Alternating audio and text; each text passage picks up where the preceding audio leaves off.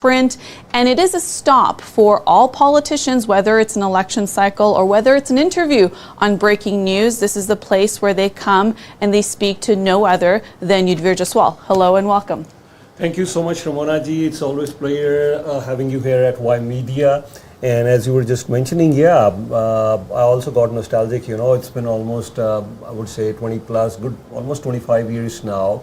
And I witnessed many election cycles while I was covering these federal elections.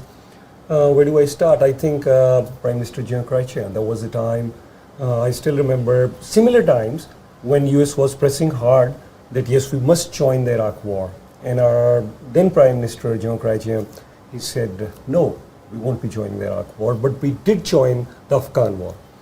But since we're talking Ymedia political Sensex today, so Ymedia political Sensex, I clearly remember how from Ymedia, then we had the Paul Martin era, and if I can recall a few names at that time, you know, yes, and one of the names which still, I mean, she's still fighting an election today, and one of the names is Judy Segro. I was just thinking of her, yeah. Yeah, so she's the only one among many others. Dominic LeBlanc is the other one, but then Dominic LeBlanc, Judy Segro. But other than that, I know Joe Volpe was there. Then many times we had John McCullum from our community. Well, he came to our studio when we launched the studio as well.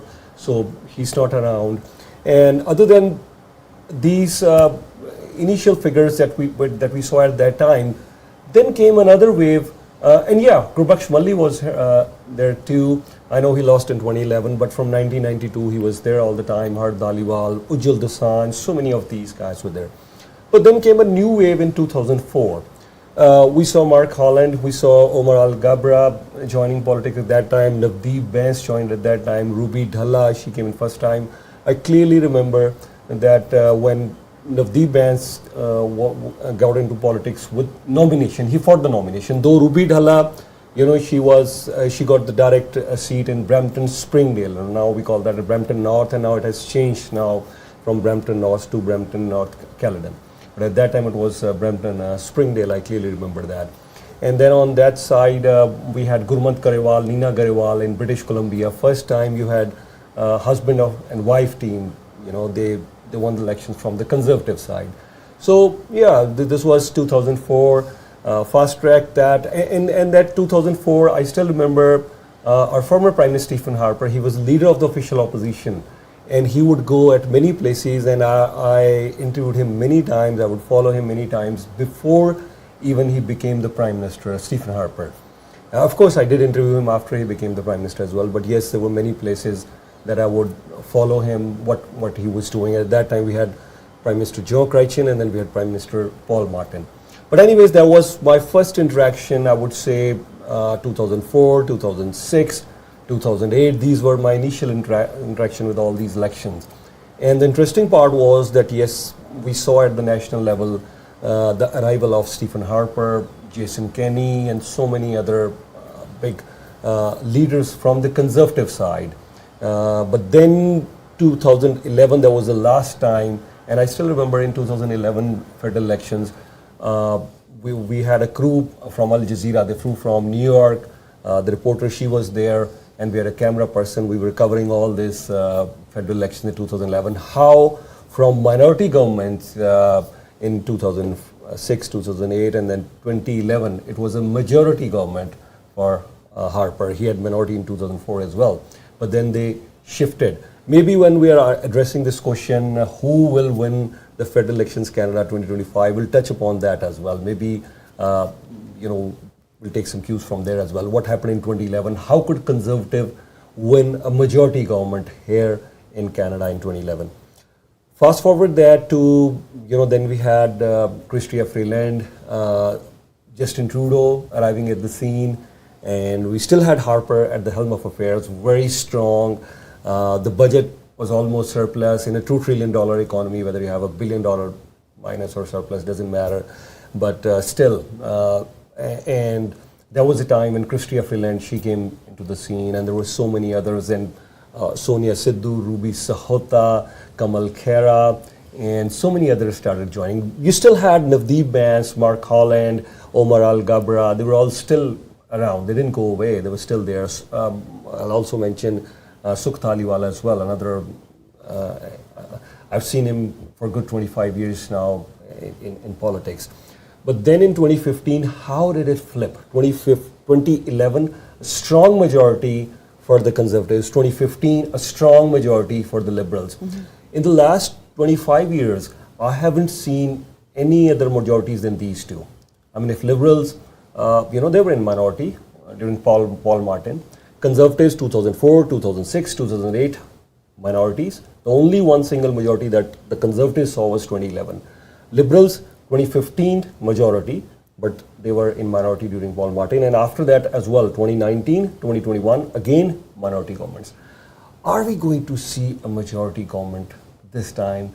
We'll see how it goes. But it has been a while covering all these elections. And the good part is, we've seen all this happen right in front of our eyes, how things changed in Calgary, how things changed in British Columbia. There were many in British Columbia at that time. I would go 10, 20 years ago, they're not here. If I go to the Toronto ridings, Sam Bolte, Peggy Nash, Olivia Chow was an MP at one time. I went to her home as well.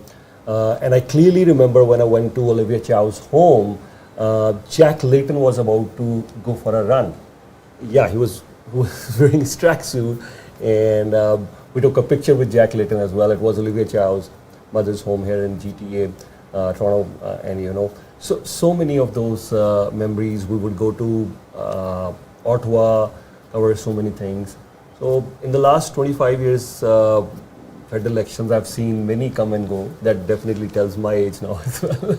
And I would imagine that now in this year, or in these few years, the election, when it comes to the news cycle, it's probably a lot more faster in terms of news content, when you have social media, when you have coverage from all angles, whereas before, let's say 10 years ago, even 15 years ago, perhaps the parties would put out their statement for the day, they would have their Q&A, and that would be, when you watch the nightly news, that's what the leader put out for an election cycle. Now it's like around the clock, and it's like whoever spoke last, especially in the era of Donald Trump, it's a fast news cycle. How's that for you? You see the shift in terms of how much news you have to cover now, and analysis, and make sure you're able to break down all that's happening from all angles. Yeah, great question. Of course, I think things have changed a lot.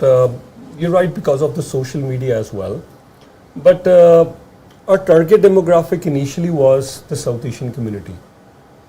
It still is. I mean, our target demographic still is the South Asian community. But what we've seen is, first things first. At that time, we had a lot of local newspapers as well. So, Torstar Media or Toronto Star Metroland, they had all these weeklies, from Mississauga News to Brampton Guardian to Etobicoke Guardian, which would cover a lot of the stuff here happening in the suburbs. But it's all over now. And we just have our very own Ymedia's Midweek. That was our flagship product 25 years ago, and Midweek is still going strong. So first things first, we need to make sure, even if I can show you a few pictures of Midweek, this week's edition, you would see, Midweek now is right across GTA and is covering from Markham to Scarborough to Toronto to Vaughan to Brampton, Mississauga, Oakville, Caledon, Hamilton, Stony Creek, Kitchener. So there's a lot of coverage that you will find, lot more coverage that you'll find in Midweek newspaper. So we need to make sure that yes, the gap, the vacuum that has been created with the local newspapers or ethnic newspapers. There's no free English newspaper in GTA now except Midweek. This is the only one. And if you look at this coverage, so we're doing a lot of that coverage. Number one. Second is that yes, when you talk about our Ymedia, many times, I think this is the mistake that many political parties have made. Maybe my saying this could be a bit biased, but I want your opinion on this as well. I think sometimes the political parties, when they think about ethnic media or South Asian media, they think about pockets of Brampton, Mississauga, maybe Markham, Scarborough, Surrey, Calgary, Skyview area or Surrey area, that's about it. But they tend to forget, and if I look at where South Asian, I would say 3,000, 5,000 vote, a minimum 3 to 5,000 South Asian vote or 8,000 South Asian vote is there. Out of the 343 ridings, I can easily pinpoint 100 plus ridings today. 100 plus ridings out of the 343 where the South Asian vote is a minimum 3,000, 5,000, 6,000, 8,000, 10,000 or in certain ridings even more. Around 30 to 40 ridings, whereas 10,000 more. Around, I would say, 2 dozen, around 25 ridings, it's all South Asian. The candidates, the voters on all parties. The South Asian vote is the deciding. But 100 plus riding, the South Asian community is active for a minimum of 3, 5 or 6,000. So this is the point which I would say many political parties are missing today. We as a media, we realize that. We clearly realize that. I can tell you from Oshawa, Bowmanville, Oshawa, Pickering, Ajax, Richmond Hill, Markham Stowell, Newmarket Aurora, King Vaughan, Etobicoke Centre, Etobicoke Lakeshore, maybe not that much, then Etobicoke North, then you come to Brampton 6 ridings and 6 ridings in Mississauga, Oakville East, Shore, Oakville West as well, then you have Burlington, then Halton Hills, and then you go to Kitchener, Kitchener-Conestoga, Kitchener South, Kitchener Centre, Cambridge, Guelph, Hamilton, Stony Creek. These are ridings. I'm just talking about GTA. Yeah, there's also Scarborough. Yeah, border of York Region and all of that, yeah. All of that. Scarborough as well. So I'm just talking about GTA here now, and then of course there, one of the maximum population is there in Toronto as well, the South Asian population. Then you quickly move on to those ridings in Vancouver, Surrey area, and then there are ridings in Calgary, Skyview, and so many other ridings in Calgary, then Edmonton. The interesting part is today the mayor for Edmonton and Calgary, they're both from South Asian origin. Edmonton, Amarjeet Sohi, he was there in federal politics as a minister, now he's the mayor there. And then same, you have a mayor, Jyoti, from South Asian origin in Calgary as well. So we realize, the point that I was making is we realize our responsibility that if we are serving our demographic in 100 plus ridings minimum, we have a huge responsibility not only in giving up to the minute news regarding elections, but also giving them a perspective. Every issue that is being announced, every policy that is being announced by any political party, so we give them a perspective of that policy. And not only we're providing them coverage in English, but we're also providing them coverage in Punjabi, Hindi, Urdu in their own language as well. I mean, for those who may not be relating that well with English language. So here it is in English for you, for all our audience who understand in English, but also in regional languages, Punjabi, Hindi, and Urdu. So we clearly realize our responsibility. So and the other part is that today what happens is, like just Donald Trump announced tariffs. If I look at the Canadian media landscape, it was discussed from the US perspective, Canadian perspective, Europe, China, that's about it. India was slapped with tariffs as well. Mm-hmm. There was very minimal discussion about India in the Canadian media, and that's where we come. As much as we're discussing Canada, US, as much as we're discussing US, China, US, Europe, but we're also discussing the tariffs against India. I mean, the pharma sector won't be hit. Is the IT sector hit or not? Is their auto sector hit or not? What else is India exporting? India is one of the 5 largest economies at a global level today. And we are also discussing from the Canadian perspective. We're talking about diversifying our trade, which I'm sure we'll be talking. I want to stick to Ymedia political sense if we're talking, but just I don't want to digress too much. But when we talk about Canada, we're looking for other options to diversify. But what are the other options available? Asia countries, the 10 Asia countries, Indonesia, Malaysia, and all those countries. I mean, how much of an economy are we looking there? What are we going to sell there? What are we going to buy from them? What sort of trade are we looking at that side? China, we're already facing challenges. Russia, Iran, we don't have good ties. Saudi Arabia, maybe we're trying to mend our ties in the Middle East. But then India also, are we going to really once again have good relationships with India and the US? What are the challenges that we're facing? But I want to ask your perspective at this point regarding Ymedia political Sensex. How have you seen the landscape changed. You've been a candidate yourself, and you've seen how things happen behind the scenes when it gets really closer to the elections. Now we have not much time left right now, and every party is trying to get past the finishing line. You've been a candidate. How things operate and how things have changed from 2010, 15, 19 when you were a candidate, and now here we are, 2025. Well, I mean, being on an election on a campaign level, there's so many different aspects of it, right? There's like from the aspect of a campaign worker, contributing, whether as a volunteer or core person or as a candidate yourself. It's chaos, right? It's actually described as organized chaos because there's so many moving parts. So I can go from a micro level, as in such a campaign, and I'll go from a macro level. On a micro level, if you're the candidate, you're having to, make sure that you're doing the fine line of making sure if you're running for a party, whether it's provincial or federal, that you're going through what the party lines are, because the party has its own policies, so you can't make up policies as you go, even, if you'd like to when you're asked questions.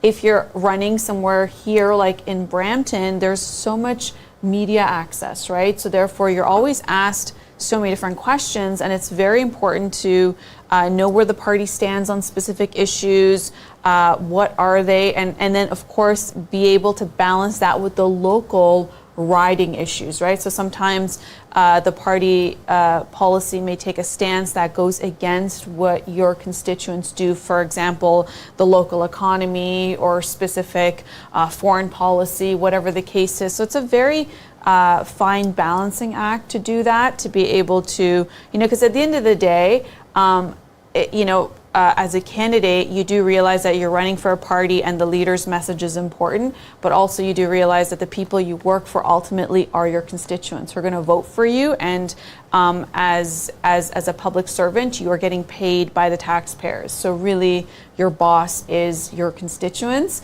but then there's also managing where you sit in a party and in terms of being able to be a team player on the party side and what their message is and carry that forward, because the party's chosen you as the brand ambassador locally, right? So you're essentially, your job is to be that door-to-door salesperson where you're knocking on doors and you are parlaying that message that the party has chosen, not your own message, otherwise run for municipal politics, not for provincial or federal. So there's that understanding of that, right? And being able to balance all of that. And of course, it's important to be able to talk to media, because you're not going to get to what, yes, you're the door-to-door salesperson, you're knocking on doors, you're spreading the message of the party, you're introducing yourself, and you're identifying who's going to support you in an election, or who's not, or who's undecided. But at the same time, the media is very important. You can't ignore them, because, you sit with the media and you get even 10 minutes coverage. How many now in this day and age, like right now, for example, sitting at Ymedia, you're going to not only get on TV, you're going to get on the radio, you're going to get on the newspaper, you're going to get online at South Asian Daily. You're going to be available on the app. You're going to have more exposure, and you don't know who's going to, or on Facebook or on YouTube. So because there's so many different channels now in terms of outreach, you need to be able to also have that dialogue with the media, and also know that the media may ask you certain questions that you need to be comfortable in answering, and that's another thing too, right? Like, you have to be able to be articulate enough, because tomorrow if people vote for you, they want you to represent them in Parliament, in the House of Commons, and to be able to speak on their behalf. So there's all of that. And then there's, of course, the fundraising aspect. You need to have enough money to run an election campaign. And let's just say you even have enough money, you need to know how to spend it wisely, right? Because you do have an election cap during the writ period, which is now, and it's based on the amount you can spend based on the number of constituents. So on average, it's like, a little over $100,000. And so you have to be able to pay your office rent. You have to be able to pay for signs, which is usually the most expensive item to pay for lawn signs. And then, of course, you got to be able to pay for your ads, and you got to be able to feed people who are on your campaign, and you got to be able to pay for literature, pay for, Canada Post to be able to distribute it. So there's so many items, and then of course you want to have a good solid budget for just get out the vote, right? Your get out the vote is, advanced polls will happen and an election day will happen, and you need to have a solid budget for making sure you have the right literature, and your literature is going to change, right? Because what's going to be at the start of the campaign is going to be different at the end, and to be able to mobilize. So not only is it about making sure you have the money, but also how do you use the money wisely, because you can't overspend. These are election laws. It's governed by Elections Canada. It is a criminal offense on how you get your donations and how you spend during the writ period. So you need to have a very good financial agent that's overseeing your election stuff. And so there's that. And then of course you need to be able to attract as many volunteers and campaign workers, right? So for example, volunteers are great. They'll come, they'll give you, whatever time they have, but then you also have to be mindful of, you need to be able to acquire a set amount of people that are going to help during the election time, because if you're solely relying on volunteers come, you train them to what to say at the doors or how to answer the phones, but then when they leave, you're always training. So it makes sense to also have dedicated campaign staff that are going to be there to be able to, get trained, but also know, the messaging, whether it's picking up the phones, whether it's door knocking, all of that stuff. So this, that's just some of the stuff. And then of course there's things that come up on a riding level. There's things that come up, on what's made the national news and how do you answer it. And of course it's always hard when there's a scandal of some sort, and then you need to know what your lines are. And so there's all that. And of course you got to partake in debates. You got to partake in, any of those interviews. So it's a lot going on in just a few days. In a few weeks. One of the questions that I wanted to address today with you is, sometimes there's a dilemma, there's a confusion that a party is good. You like a party, the policies of a party, but then you may not like the candidate. On other times, you might like a candidate, but you may not like a party. So that is a question. I see most of the people, they're voting for party. That's what it is said, that yes, and this is what we've seen as well. In 2011, when there was a blue wave, the conservative wave, we had Navdeep Bains, John McCallum. We saw all these people losing their seats. Even Gurbaksh Malli lost his seats. But when there is a wave in 2011, we saw an orange wave in Quebec. Many of the candidates who never thought they would win in Quebec, they won their seats. In 2015, we had the red wave, the liberal wave in 2015, and then all the seats turned red. Many rookie candidates, they right away became member parliament. Few of them also went on to become the cabinet ministers as well. So mostly we've seen it's a party wave, it's a party which matters. Looks like people vote mostly for the party. But I want to suggest that yes, I think this is an area where we need a massive reform. As much as the party policies are very important, I would agree on that one, because at the end of the day, it's the party leadership or the top establishment will take the decisions, make the policies work. But then today's candidate becomes the cabinet minister tomorrow, and they could be the prime minister as well tomorrow. So out of the 443 ridings, I think candidate selection is also very important. We've seen some very average candidates becoming MPs simply because it was a party wave. How do we make sure that yes, the candidate selection is very important? Yeah, so statistically, a local candidate of a riding will contribute to about 5% of the vote. Mm-hmm. And the 95% relies heavily on the national campaign, specifically the leader.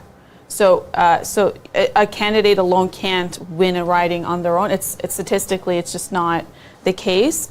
If it's a well-known candidate, meaning it's a person who's been in the public eye, a public figure, they could potentially contribute to about 9 to 10% of the vote in that riding.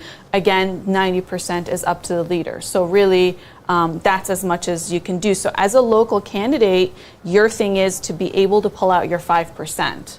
right? Because that's what you can mobilize. The rest is really what's on the headlines, what is the leader doing in rallies, what is the news coverage, what are the policies, and that's really it, right? So, and on election day, when you see the numbers come in, you'll know what your contribution is, How do you know that? Because it's the 5% that you contribute, That's right? all. It's, the rest is all leader. So the 343 candidates, the leader is just one candidate and one leader. Yeah. But right now, if there are 343 ridings right now across Canada, so what we're talking over here is approximately 340 candidates. If I leave out 3 leaders or 4 leaders or 5, approximately 340 candidates. Their role is only 5%. For the vote, yeah. For the vote. Yeah. So I think this is something which needs to be reformed. We need to discuss that.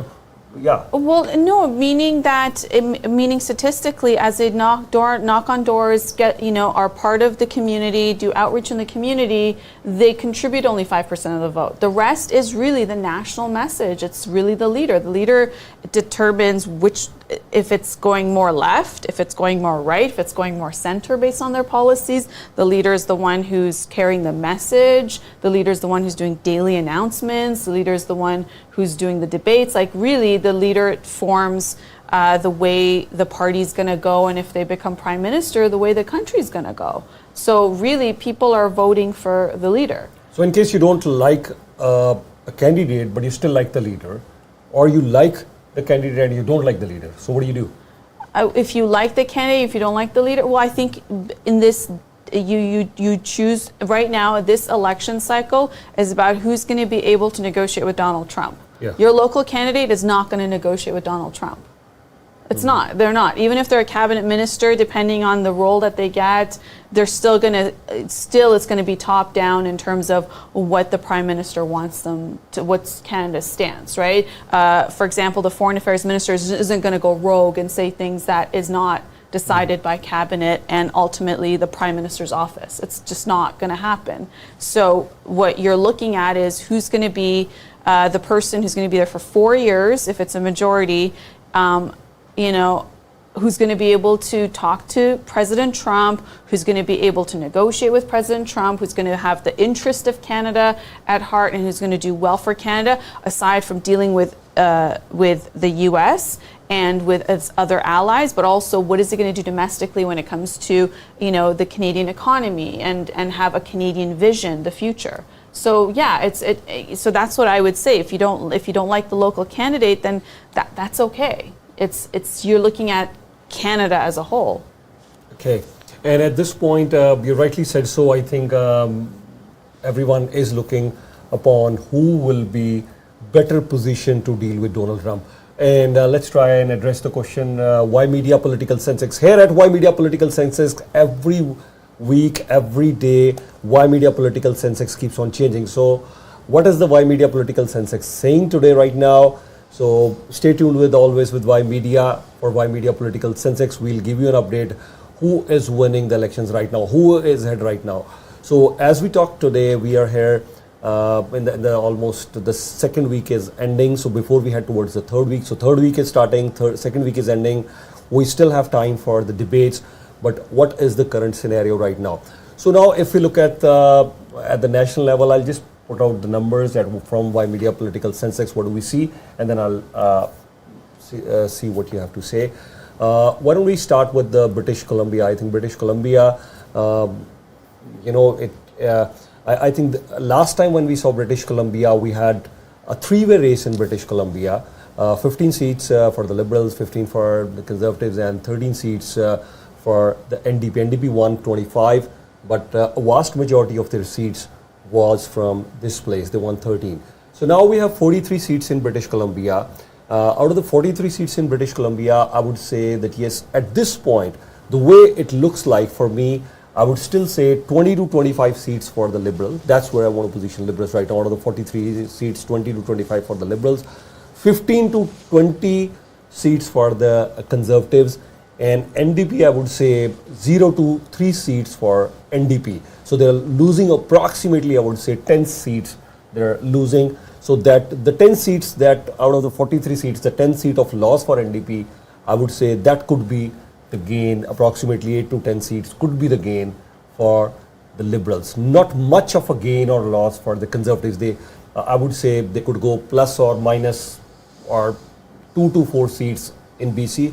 If they do really well in BC, maybe plus 4 or 5. So out of the 43 seats, 20 to 25 for the Liberals, 15 to 20 for Conservatives, 0 to 3 for NDP. This is what I'm seeing right now. And these numbers are right now as we speak. I'll tell you once again that yes, Ymedia Political Sensex, that's why we've named it Ymedia Political Sensex. Things will keep on changing as we move. For BC, even Jagmeet Singh's own seat could be in danger in British Columbia. Your thoughts on British Columbia? Well, you know, what's going to be also interesting in BC is to see that the seats that the Conservatives lost in ridings where it had majority Chinese constituents, which has been really a demographic for the Conservative Party that's been very supportive. Since Jason Kenney's time when he was in federal politics, he did a lot of work in the GTA, but more specifically with the Chinese community to be able to support the Conservatives. We saw that lost in the last election cycle under Aaron O'Toole when he took a very hard stance against China, and then there was a lot of things that were going on, like just like how, you know, there's WhatsApp, there's WeChat that the Chinese community uses, and on there was a lot of you know, messaging on that if, you know, Conservatives come in, then there's going to be, you know, all kinds of things said about a list where the Chinese will be on. It was just a lot of things that were misleading.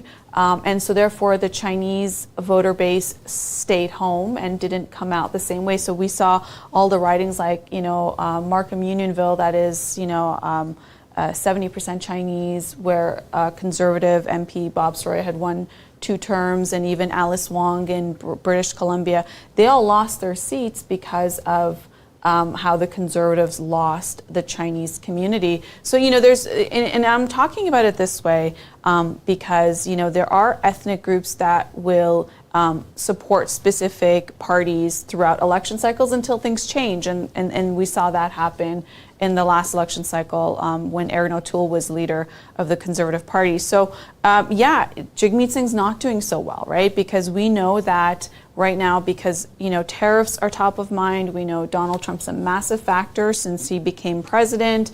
You know, Canada, you had, you know, the deputy prime minister, finance leader, Chrystia Freeland resign, and then you had, you know, Justin Trudeau resign, and then you had Doug Ford go into an election a year and a half early, and now then you had a new leader, and now, you know, we're in a federal election, you know, that was supposed to be in October a lot earlier, and of course you're seeing all these shifts and all these changes and so what that means is top of mind is tariffs. What does it mean for the economy? Is there going to be a recession? We've already heard of thousands of Canadians that have lost their jobs. Stellantis plant has, you know, halted production for 2 weeks. We don't know what the roller coaster effect is going to be. Even people, if we're going to be in a recession, then it's going to affect people also not in the auto sector. So, you know, that comes on the back of inflation and affordability, and now you have all of this that's happened. So with that in mind,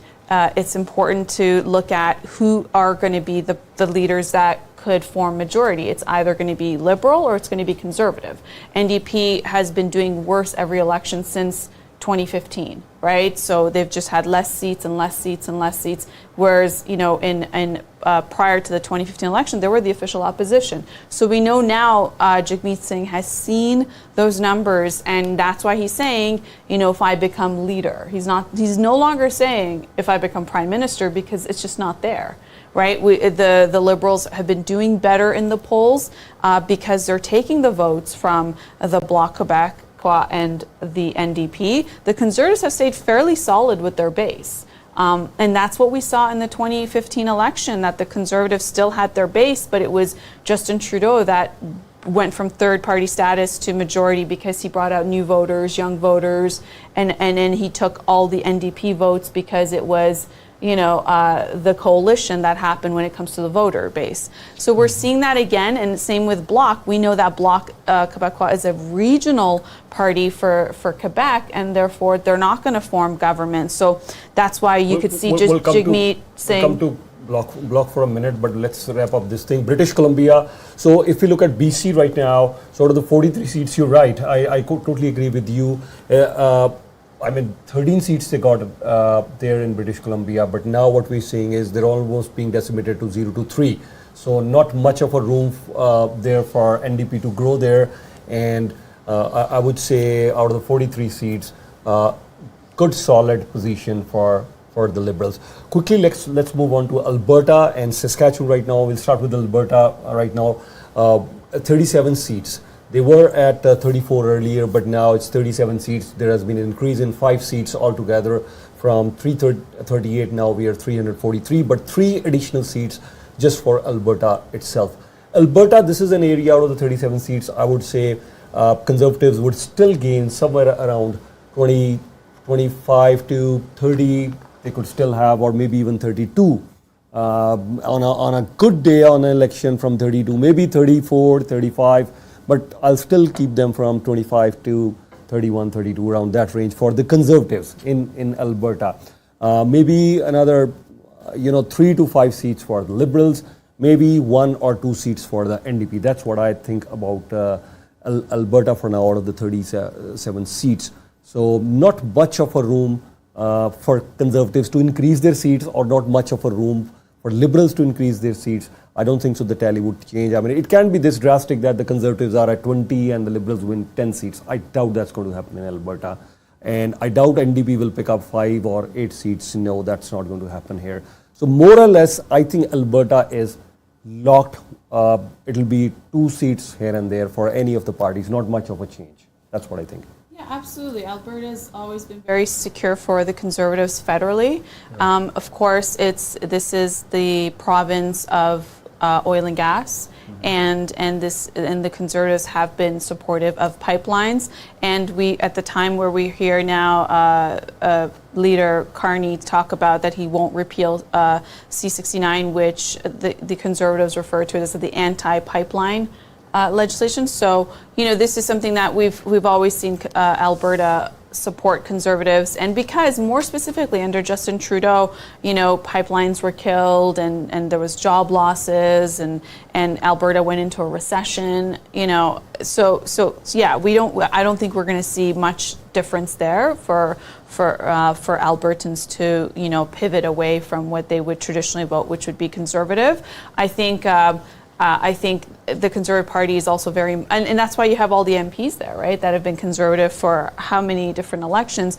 But I think Conservative Party, because it has Conservative MPs, is also very mindful of Alberta potentially going through a referendum when it comes to their province, and the oil and gas sector is very important to them. So Ottawa pays a lot more attention to that if it's a Conservative government, which is what's believed by the constituents. Yeah, I won't take much time. Quickly touching upon Saskatchewan. Saskatchewan has 14 seats, almost a clean sweep by the Conservatives most of the time there out of all the 14 seats for Saskatchewan. But this time again, I don't think so much of a change. Maybe a couple of seats for Liberal. NDP, I don't think so they'll be able to open their account there. But once again, Saskatchewan, because of the oil and the things that you just mentioned for Alberta, not much of a change there we're going to see there. And quickly moving on to Quebec now. You're talking of Quebec. I think let's talk about Quebec. 78 seats in Quebec. I think Conservatives, 10 to 15 seats for Conservatives. That's where I see them right now. 40 to 50. This is the first time in my 25 years I'm giving on the top side 50 seats for Liberals. I could see that. That could happen. But maybe I would say 38, 35, 38, 40, 45, or maybe they could touch 50 as well. For the bloc, I don't think so more than 15, 20. A max could be 25 for them. Conservatives 10, 12, 15. That's where I see Conservatives. NDP 0 to 2 seats for them. This was the very province, the orange wave in 2011, as you were mentioning earlier, Jack Layton becoming the leader of the official opposition. This was the place where we saw Tom Mulcair. This was the place where orange wave, everything happening in Quebec for NDP. But I don't see anything happening for them here in Quebec. So not much of a change. The only best change from last elections I see is Bloc losing 8 to 10 seats to the Liberals. Other than that, I don't see. And historically, Quebec, I've never seen, if Conservatives win even 25 out of the 78 seats, I won't see any other province. Then that's Christmas for Conservatives. If at all they win 25 or 30 seats, there's no way they're going to win 25 or 30 seats here. The max, I would say 17, 18, even 20 would be a big thing for them. So 10 to 15 seats for the Conservatives, 35, 40, 50 range for the Liberals, and 15, 20, 25 for, that's where the Bloc right now, and 0 to 3 seats for the NDP. Yeah, the Bloc is right now, they're scared because Quebecers are seeing that the Bloc Québécois is not going to be the leading party of Canada and go into negotiations for CUSMA with Donald Trump and tariffs and counter tariffs and everything else. It's really between the Conservatives and the Liberals, and that's where the Liberals are getting their numbers from right now. Under Mark Carney. Now, that's the other important thing, because we know that elections are won in Ontario. It has the most number of seats, and that, to be able to win an election. We've seen elections won without having Quebec. So, even in a minority situation where Trudeau won in the last two elections in minority, and we saw the Bloc numbers go up, he was minority because he had seats in Ontario. So we know Ontario is very important, but the Quebec vote that's the other thing, and that's why the leader of Bloc Québécois is saying, if you need to have me there to make sure that I bring Quebec's interest. But when you look at the Liberals' numbers go so high in that province, and then when you look at who's their foreign affairs minister, who's their finance minister, and all of it, they all come from Quebec. So it's a hard argument for the Bloc to say that, Quebec will be forgotten if the Liberals win, because you have, a big chunk of that cabinet coming from Quebec. Yeah, I couldn't agree more. And since you're mentioning Ontario, before we go into Ontario, quickly I want to talk about Atlantic Canada as well. Nova Scotia, Newfoundland and Labrador, Prince Edward Island. In the Atlantic Canada, I would say, yes, Liberals did, fall behind for some time, but I think they've come back strongly now. So in Atlantic Canada, all these provinces, from Newfoundland, Labrador to Prince Edward Island to New Brunswick, I would say again the Liberal Party is strong. So they will win majority of the seats here in all these 3 provinces. If you could quickly flip through Newfoundland, Labrador, you're already showing. Then New Brunswick, if you could show that as well, and Nova Scotia as well. These seats are important. All these seats, 7 from Newfoundland and Labrador, are important. If we look at the other provinces as well, Atlantic Canada is important, but I would say now Liberals are back in action here. They did well in the previous elections as well. From 2015, they've been doing well, but the numbers were very different for a good 2 to 3 years, from 2022, 23, 24. But then I think Liberals are back in action over here as well in Atlantic Canada as well. I quickly want to move on to Ontario now.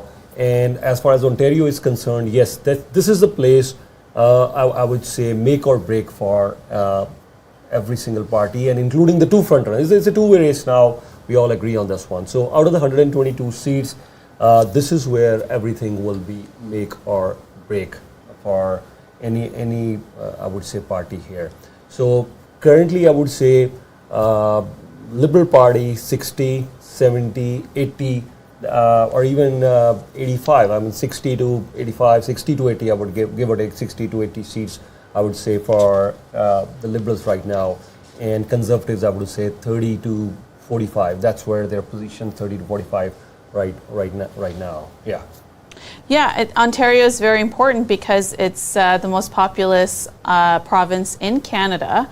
And okay, so here's the interesting thing when it comes to Ontario, is that you have the premier, a very popular premier, Doug Ford, who is getting along with Liberal leader Mark Carney, right? So as soon as we all remember the image of them having breakfast, Mark Carney and Premier Ford at Perkins. So there's that, and recently, Premier Ford's talked about how when the days where leader Mark Carney has to become prime minister when it comes to tariffs, say, the prime minister's doing very well. So, you have that, which is, high on top of mind of why is it that the Premier of Ontario, a Conservative Premier, not necessarily having a relationship or supporting the Conservative federal leader, Pierre Poilievre. So that's really raised some, concern there. And so when it comes to Ontario, this is key battleground. We know that under Stephen Harper, when he won the majority back in 2011, it was all the 905s, right? Did really well in York Region. And we saw that lost in the subsequent elections where the York Region has gone Liberal, and even seats that I was saying with the Chinese community and some of Markham seats lost to the Liberals that were carried by the Conservatives for, a couple of elections or so. So this is also a very key battleground of, what does it mean? That's why we're seeing, Pierre Poilievre, the Conservative leader, do a lot of events in Ontario. But, traditionally, and that's why we also see Jagmeet Singh come along to Ontario, because there are those seats in the downtown core that are NDP, whether, on a provincial or a federal level, and he needs to be able to secure those as well. So it's very critical to be able to watch what's going to happen in Ontario. And of course, we know that some of the candidates that were no longer candidates that were removed from either side, whether it's Liberal or Conservative, came from some of those ridings in Ontario. So that's a very quick turnaround time to be able to get candidates in some of those seats before there's the Election Canada deadline. So what that means is, as a local candidate, you have to register to be on the ballot with Elections Canada, and there's a deadline. And if that deadline's missed and you're not on the ballot, so there you go. So if you're not the candidate on the to put your documents in with Elections Canada, then you're not going to be on the ballot and you can't get the vote. So there's that quick turnaround time because the Conservatives lost 4 candidates. I think the Liberals are at 3. Yeah. There's a change, but I guess after Monday that's not going to be a situation. Yeah. So since you're mentioning Ontario, and I want to talk here at Ymedia Political Sensex, where do we stand in GTA? Because I think this is the place in Ontario, out of the 122 seats, if at all things would change, if at all the Conservative have to form the government, this is the place they need to work very hard. Why I'm saying this is the place? Mm-hmm. Because in Quebec, they can do whatever. The maximum change would be 5 seats. That's it. There's no way they're going to get 25 seats. And for Liberals, that's the start. 25 or 30 seats is the start for Liberal. This is the maximum Conservative can go. Even in 2011, they won only 5 seats when Conservatives won a majority. So I have not seen them winning 20 seats there in Quebec. So there is no way anything much can be done. So talking about British Columbia, not much of a change there. It's a two-way race, maybe 5-10 seats here and there.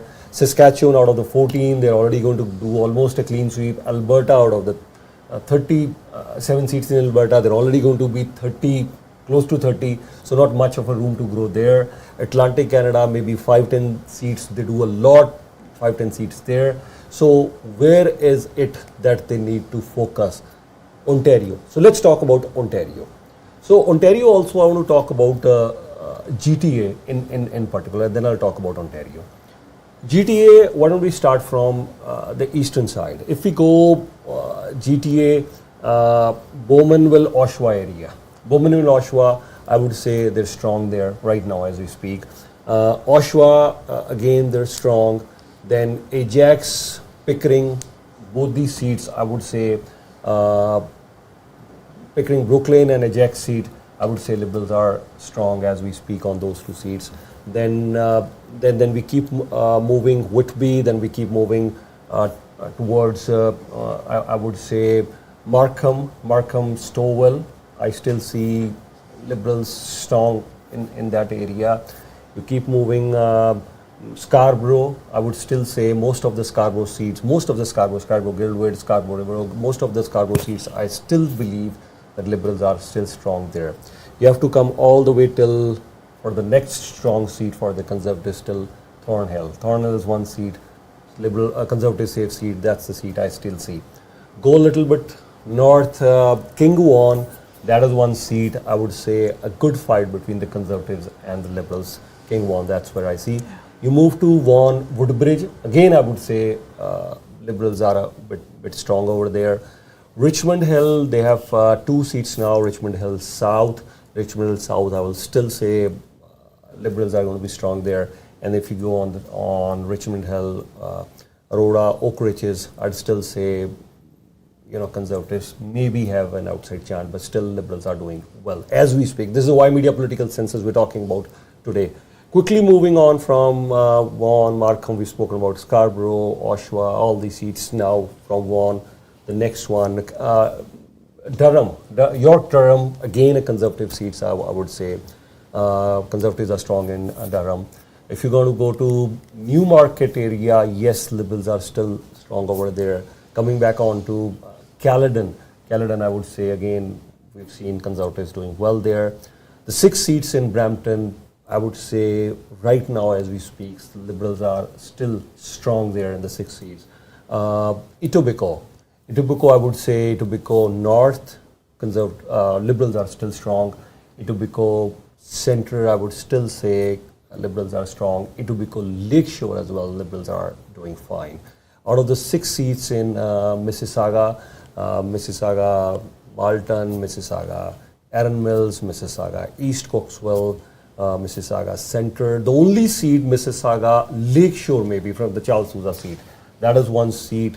The Conservatives are trying hard, but I don't know whether they'll be able to flip that or not.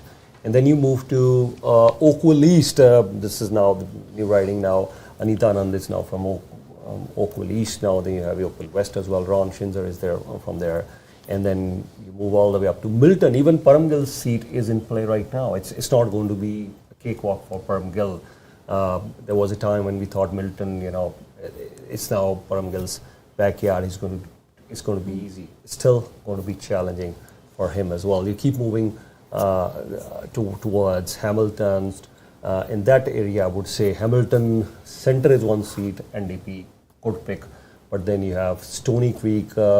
Once again, I would say Stony Creek, you still have strong Liberal hold there. Move to Kitchener Centre. Maybe Greens are again the leader there. I think Kitchener Centre, maybe Greens would pick up that seat. Kitchener Centre once again. This time Kitchener, Conestoga. Again, I would say Liberals are doing good there. Cambridge, they're good. Gulf, they're good. But then they're around that area towards the north or that side, yes, or towards the west, north, that side, yes. The Conservatives will start picking up seats on that side. St. Catharines is again, I would say, a bit of that area for Liberals, but then on that, most of that side, Niagara Falls and all those areas, Conservatives are doing very well as we speak this area. So this is all the sum up for most of the Ontario and GTA. Yeah, and you have to ask yourself why in an election period where a lot of the Liberal MPs were not going to seek re-election and the leader and the Prime Minister Justin Trudeau was so unpopular, and they thought, you know what, we can't go into a 4th election and win, and you see this turnaround in a matter of just like weeks, months from the beginning of the year. Why is that? Again, it comes down to the leader. The leader, represents 95% of how the electoral feels. So as we're talking about poll numbers, what is the poll numbers? It's just really the consensus on how the voters feel. And what we've seen is, everything that's happened with President Trump from his inauguration day about talking about tariffs and all those measures that he's been talking about, whether it's the auto sector and other industries. We saw even Prime Minister Justin Trudeau's numbers pick up because he took it on head on when he announced the counter tariffs, and then when he called President Trump. And then we've seen now, leader Mark Carney for the Liberals. The week that he was Prime Minister, there's images of him with King Charles. There is, the conference that he had with, Prime Minister in the UK, with the President in France, and then the day where the tariffs were going to be announced on the auto sector, You had Leader Carney talk about $2 billion investment for the auto sector the same day. So it seems like, those numbers are picking back up where if you were to say 12 weeks ago, how are the Liberals doing in the seats?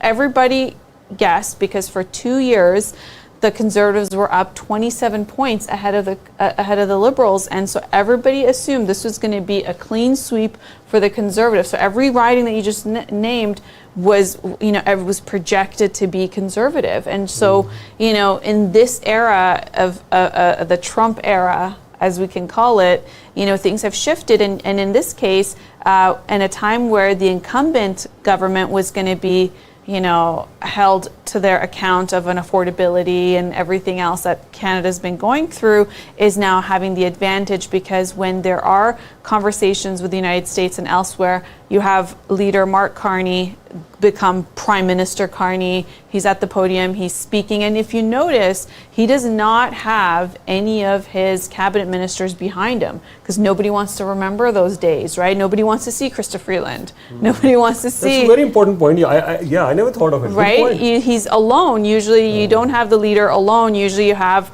their people behind them to say, here's my lineup of people that are going to serve you, my front bench.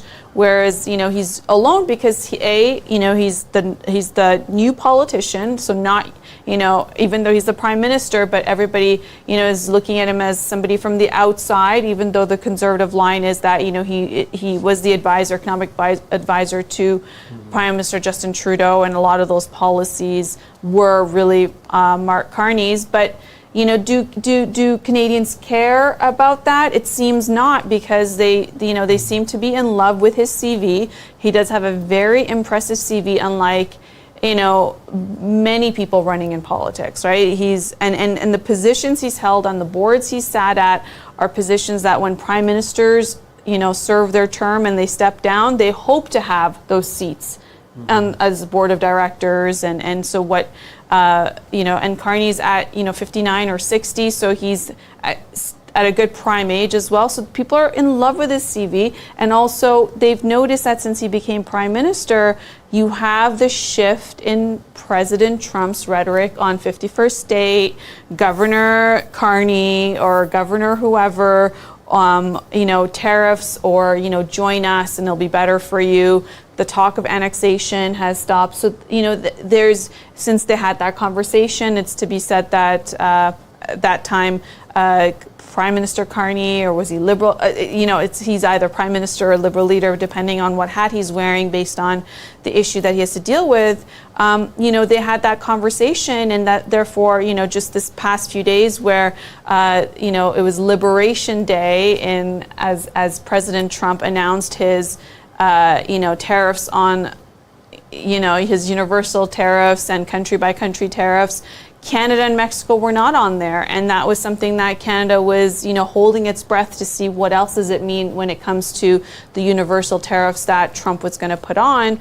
And so a lot of people are looking at it saying, okay, so the day where Canada's not part of the tariffs, although, mind you, the auto tariffs, the auto sector that's being hit, which is the 25% if the auto is not, manufactured in the United States. So that means 12.5%, because half of that, when it comes to parts, is made in Canada. So even though at a time where Canada's still reeling from its tariffs on steel and aluminum and what happened with the auto sector, but it wasn't added onto the universal tariff list that all the other countries are now experiencing what Canada's been going through. But it was also the same day where the carbon tax was removed. So you had gas 23 cents cheaper if you put gas in your car from just a few days ago. And so, all optics show it's all about optics, right? Like who is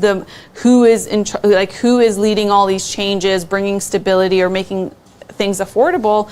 And, it falls on Mark Carney. And this is the person who was pro-carbon tax. So it's very interesting how, he's at a time where he's not being held accountable for being, Trudeau's advisor economically or being pro-carbon tax.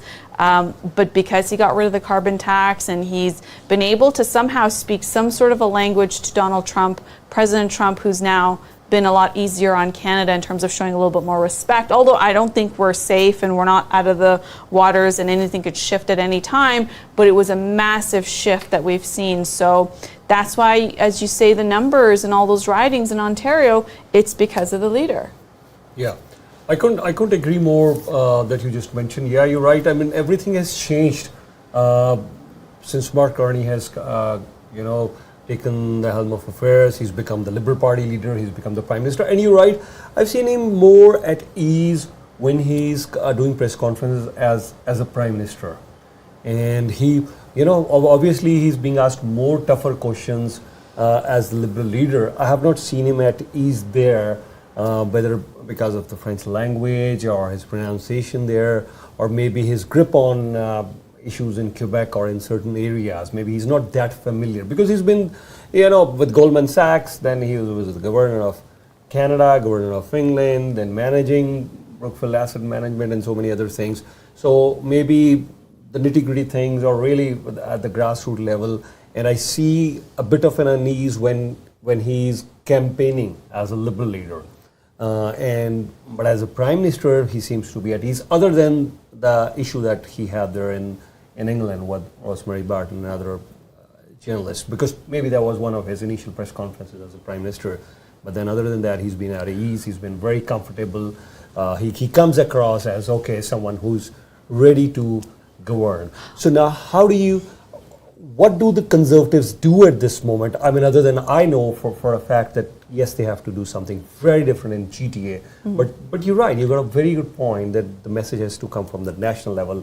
That's how all these ridings would change. So what should be the Conservative strategy now? So the Conservative strategy, which has been said for quite some time, and we're still, we're midway in this election cycle, is that, the Conservative leader, Pierre Poilievre, is still running a campaign against Mark Carney and the Trudeau Liberals and the Mark Carney Trudeau Liberals, or, carbon tax Carney. And those things were really great, when Trudeau was around. But all of that has shifted, right? You got to read the pulse of what people care about right now, and people care about Trump. And that is the biggest thing. Yes, unaffordability is a massive thing, but the Trump tariffs are going to make things a lot more unaffordable. It's going to be a recession. It's going to be job losses. It's going to be sectors that are going to be impacted that are not in steel, aluminum, and automotive, but because it's a global recession, right? Mm-hmm. So that's the key thing. And so on a day where President Trump announced the automotive tariffs, you had Conservative leader Pierre Poilievre talk about tax-free savings account.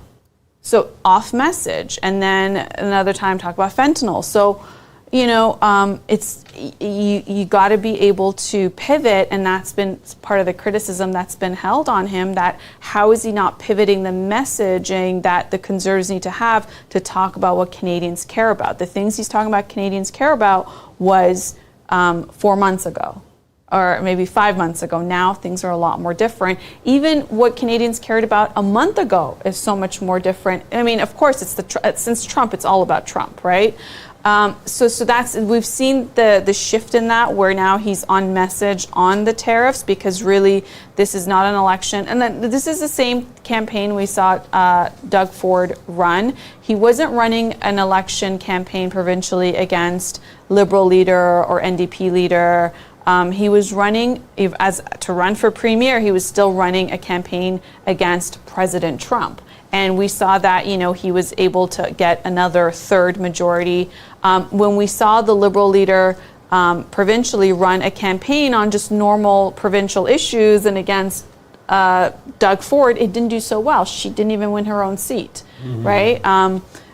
Bonnie Crombie we're talking about. So that's important, and that's why you had this is of note, again, the campaign manager of Doug Ford, Corey Tenaik, who served as the communications director for Prime Minister Stephen Harper, and who's a conservative and a conservative operative, and he ran Doug Ford's 3 election cycles, 2018 and 2022 and 2025, and won 3 majority elections. He went on to the media, which is very unlikely for a conservative veteran operative to go on the media and say that Pierre Poilievre and the Conservatives are off message. So you have that line of attack coming.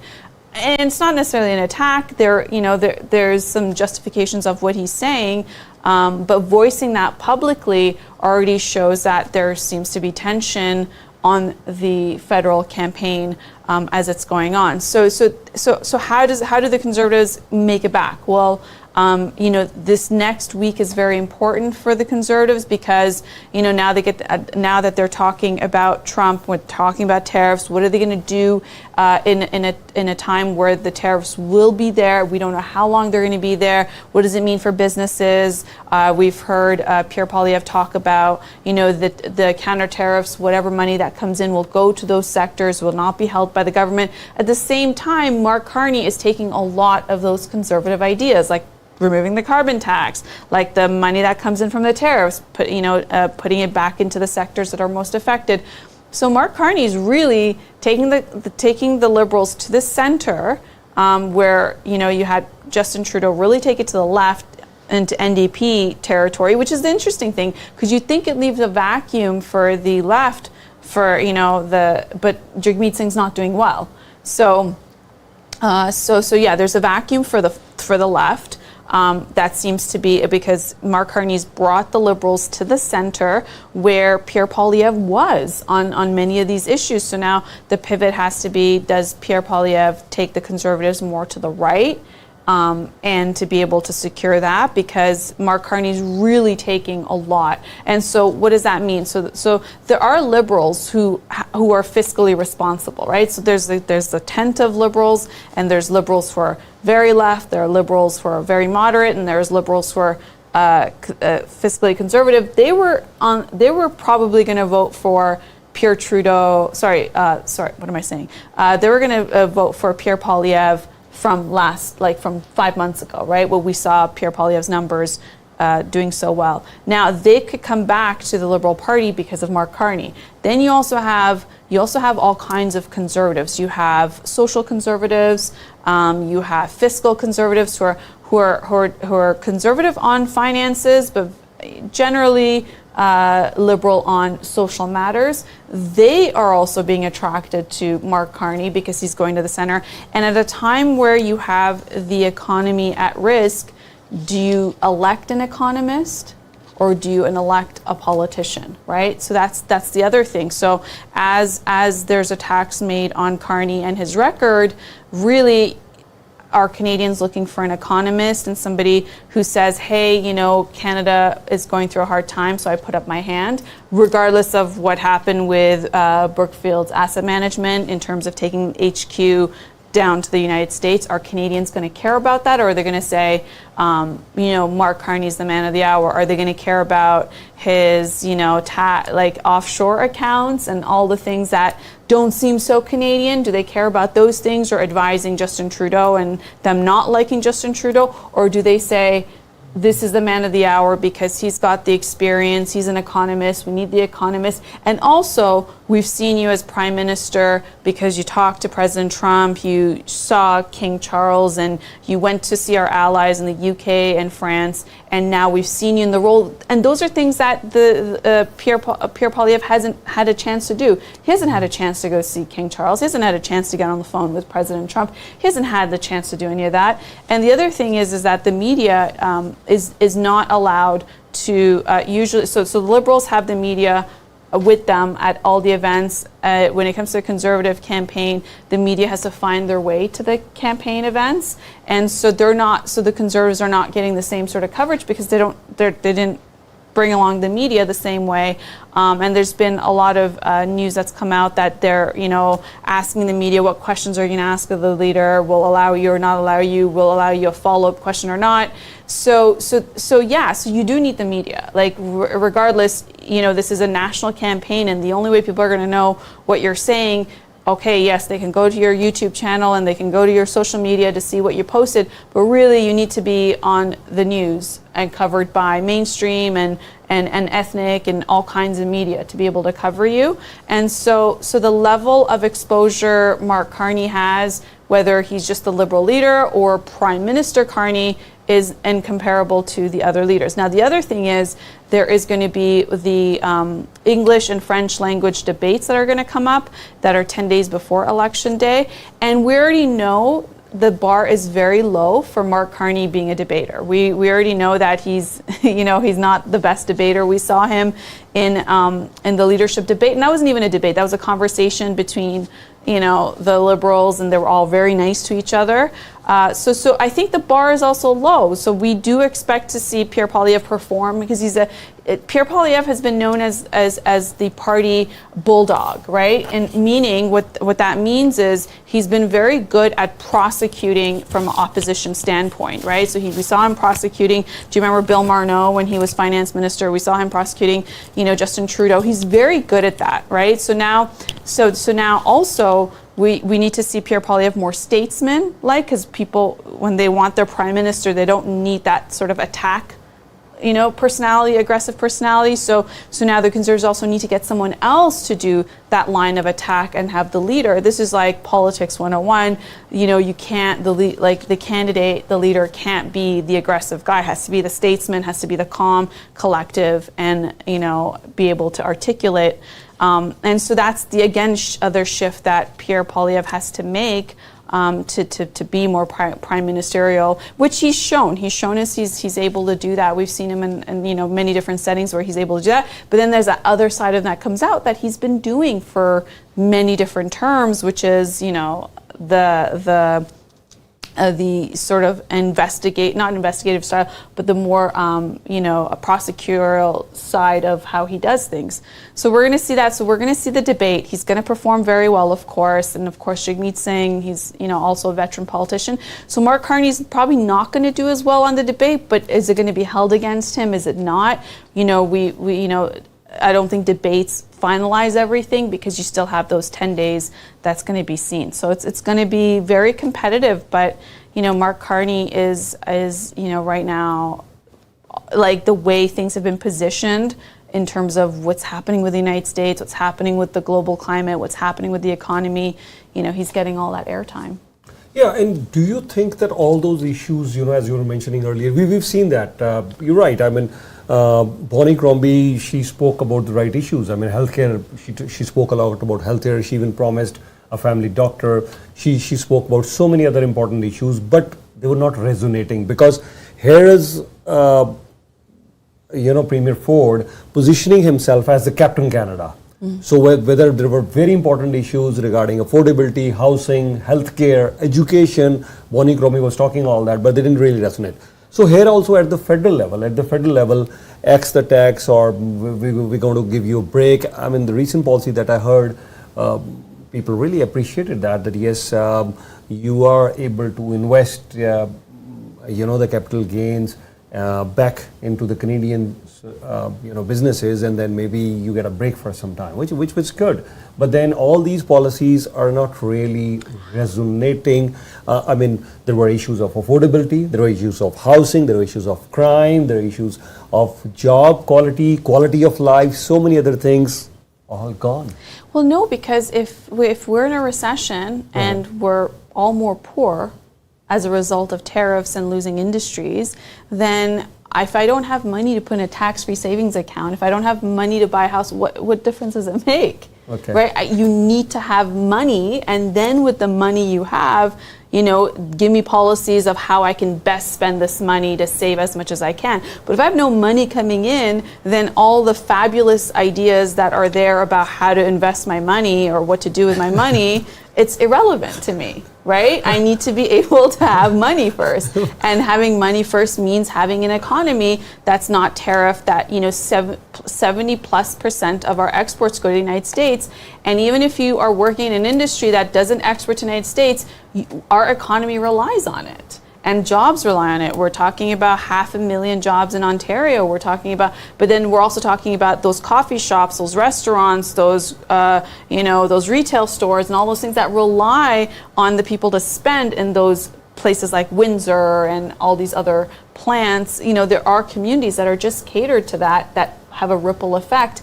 And if we're in a recession, then if you're selling a house, you're not selling a house. If you're somebody who's selling mortgage, you're not selling a mortgage. If you're somebody who's selling insurance, you're not selling insurance, because people are not doing it. So it just has this domino effect. So thank you for telling me about how to invest my money, but if I have no money, it doesn't matter.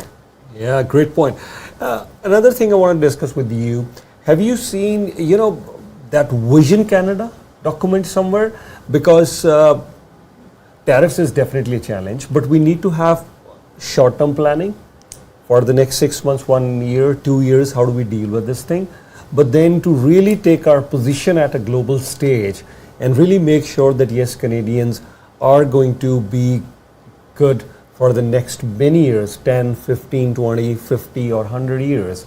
I mean, we need to work on many things. We need to have that sort of infrastructure, which I don't see a lot of talk on building an infrastructure for the future, 20, 50, 100 years. We need to have infrastructure in all areas. I mean, artificial intelligence is coming. So what are the Canada's strength? What could be our strengths? So is it artificial intelligence? Are we really going to do something about our natural resources, make that our strength? Is tourism going to be one of the key pieces in our future?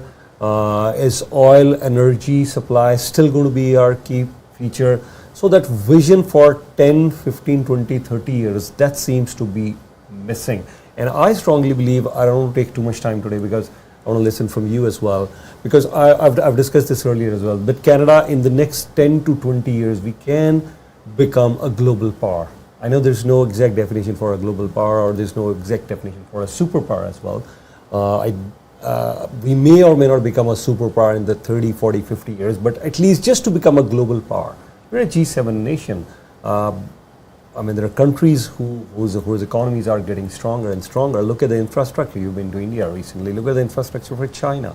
Look at the infrastructure for Singapore, South Korea, Japan, India. So these countries are building massive infrastructure. And of course, US already has a lead from many other countries. US has an amazing infrastructure. Of course, now they're having their own challenges as well. But let me talk about Canada. I mean, we're having infrastructure deficit right now in almost every single municipality that you talk. Infrastructure deficit in education, infrastructure deficit in healthcare. Everywhere there's infrastructure deficit. I can't see that, and I think that's one of the ways of among other ways that we invest heavily. That'll help us generate more jobs, good economy, and how do we move around people. And then that's going to help us. Yeah, okay, so it's many folds. I think it's multiple things at the same time.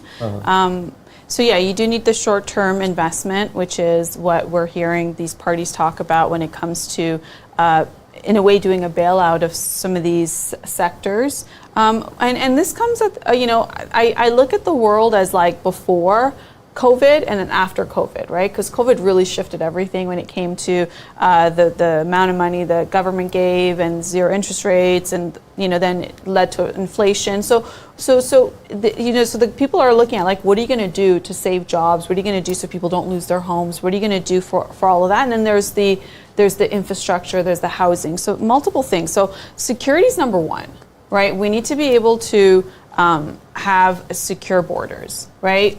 When it comes to northern Canada, when it comes to all aspects of Canada, because we do know that this is why President Trump is interested in Greenland.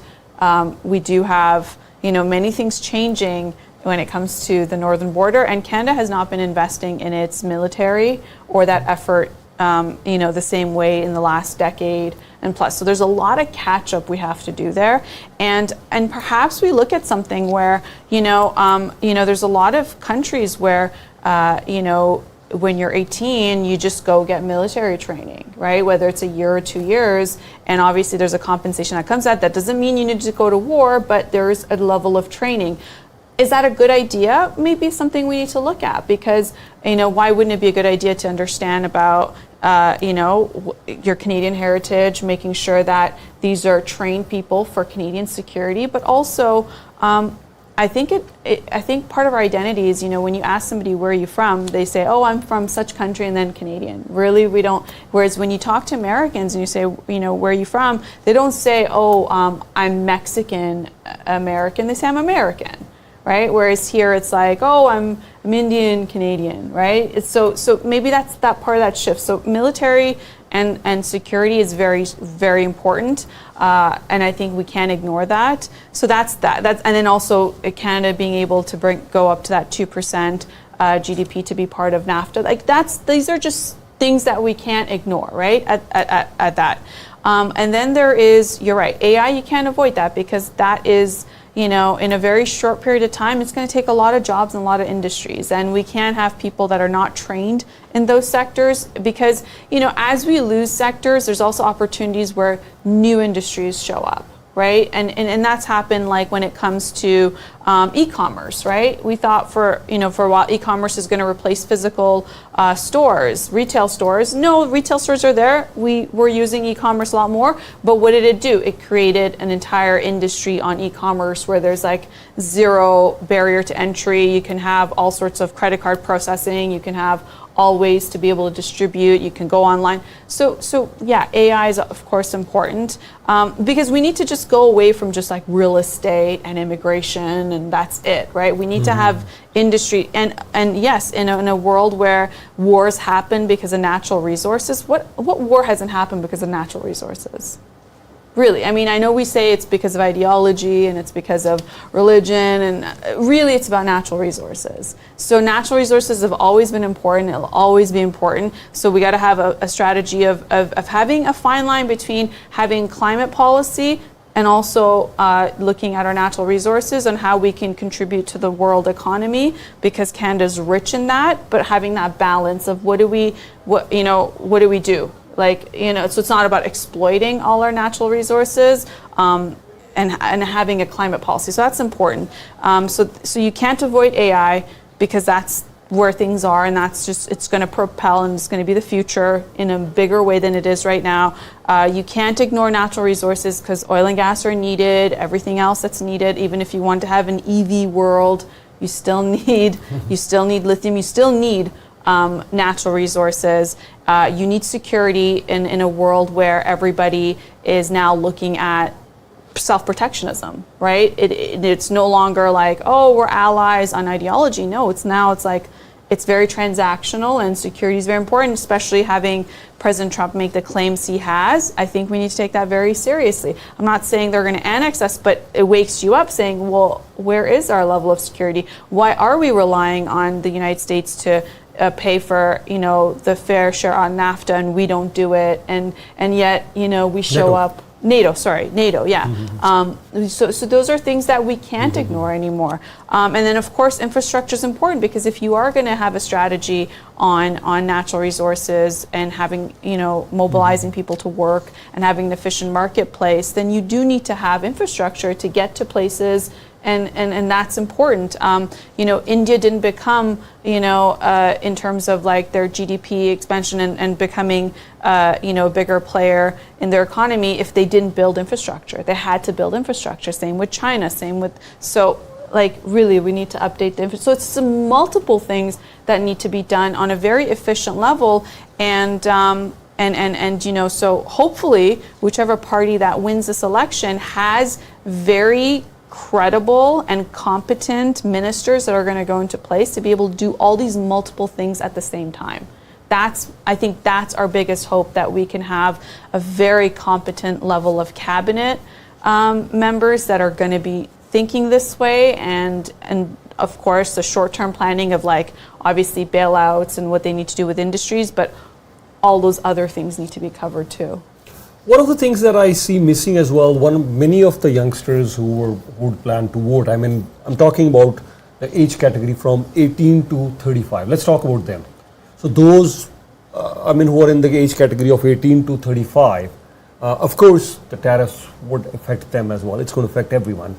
But they are looking at, education. They're looking at their anxieties regarding affordable housing for them. Obviously, this is the time they're planning their finance as well. They're planning to pick up life partners as well. They're planning to build their careers. pick up some affordable housing. So what is in it for them in this elections for those who are 18 to 35? Yeah, and that's something that the leaders have to talk about. I know Carney's talking. I mean, before I say Carney, Pierre Poilievre did really well the last 2 years speaking to those age groups, saying, 1835? Yeah, because talking about how you can't buy a house, you're still, he talks about the line of like you're living in your parents' basement, you can't get ahead. He was able to hit those pain points and that was very effective. That's why the Conservatives were right on message on those things, and they had the 27-point lead over the Liberals these past 2 years. But now that it's shifted, yes, those things still are the case, but now it's been amplified with Trump tariffs, right? So it's like if you couldn't afford it before Trump, now without, with a recession on the loom, how are you going to afford it, right? So there's a lot of that, and we saw with the tariffs, the universal tariffs on Liberation Day that was announced by President Trump. We saw the stock market take a plunge. We've seen industries being massively affected, and we haven't even entered the era of what it means for all the other countries that have tariffs that we trade with and what's going to do to their economy. I think if anything, the biggest impact, I'm going to pivot here on Ukraine, is I don't think Ukraine's going to get any more funding from any other country because they're right now so busy trying to manage what's going to happen in their own country when it comes to a recession. So I think that ends the war in that sense, because the funding, how is it going to come? You think Europe's going to be like, here you go, here's more money to fight Russia. So that's the other implication, because it's going to massively push President Zelensky to sign that deal with the United States for natural resources extraction, because who else is going to come, right? Who else is going to be there? So I think also the universal tariffs is going to, not only does it change global when it comes to global trade, but also impacts wars. It stops wars. Yes. Yes. At this point, why don't we shift because that's our last topic for the day. Ymedia Foreign Policy Report. Tariffs. So we will talk about that, and then we'll call it a day. Regarding Donald Trump's tariffs, you're talking about Russia, Ukraine. Tariffs.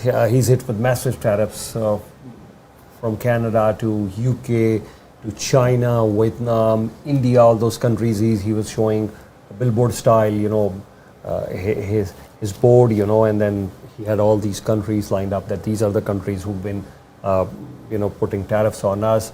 And of course, Donald Trump was saying that yes, it's been very challenging for US, because of all these protectionist policies by other countries, and now it's reciprocal tariffs. It's time for him. But I think again, I could be wrong. And you just mentioned, the stock market, they're the first to react, and they know they think so for now that this may not be right policy. Of course, I've heard some of the supporters of Donald Trump, they're saying, oh, it was just a correction. We've seen the stock market go up. Now it's just a correction. Yes, the correction always happens. But then the stock market, US has been attracting investment from across the globe. US has been doing very well. The economy was good. Job numbers are good. So you've been attracting investment from all across the globe. You've been at the forefront of the technology innovations. Everything comes from US, right? And I don't even see there wasn't any need to disrupt all this. And disruption for good, fine. But then you're disrupting all these things. So I think he's doing it because he can. He's doing it because he can, but is there any benefit of that? Well, he's on his last term, and so here's the benefit. The benefit being, and I'm going to talk about it from the American standpoint, is it made Americans realize and remember what a superpower they are.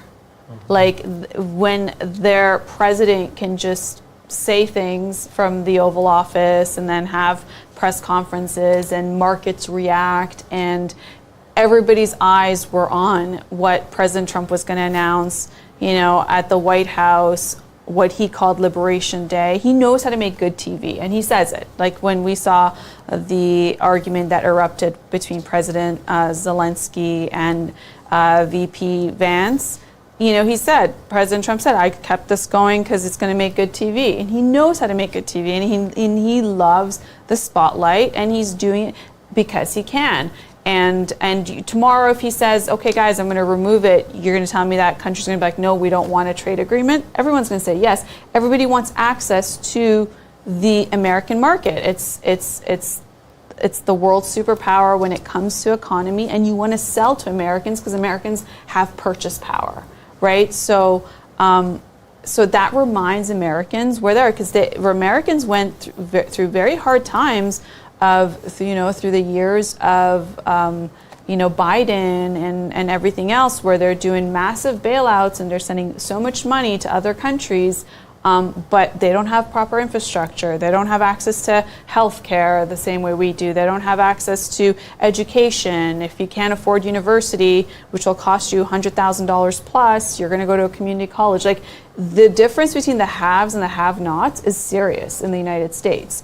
And so this is even though they're going to be impacted because, of the counter tariffs and the tariffs that they've put on, but it also reminds them of who they are and what they can do. And for them to say 20% on EU, that also, guess what? Those European countries want to sell into America, right? So that reminds them of everything. And perhaps it has a shift because, there has been a time where and that's completely different topics about, about people being ambitious enough when it comes to certain genders. Like, we're seeing like the decline of like the masculinity. We have in many different, when it comes to, that's a whole nother topic and we can get into it because I don't want to divert too much, but I think the benefit was that in terms of understanding the level of strength that they have and remembering it, because I think they always knew, but now they see it.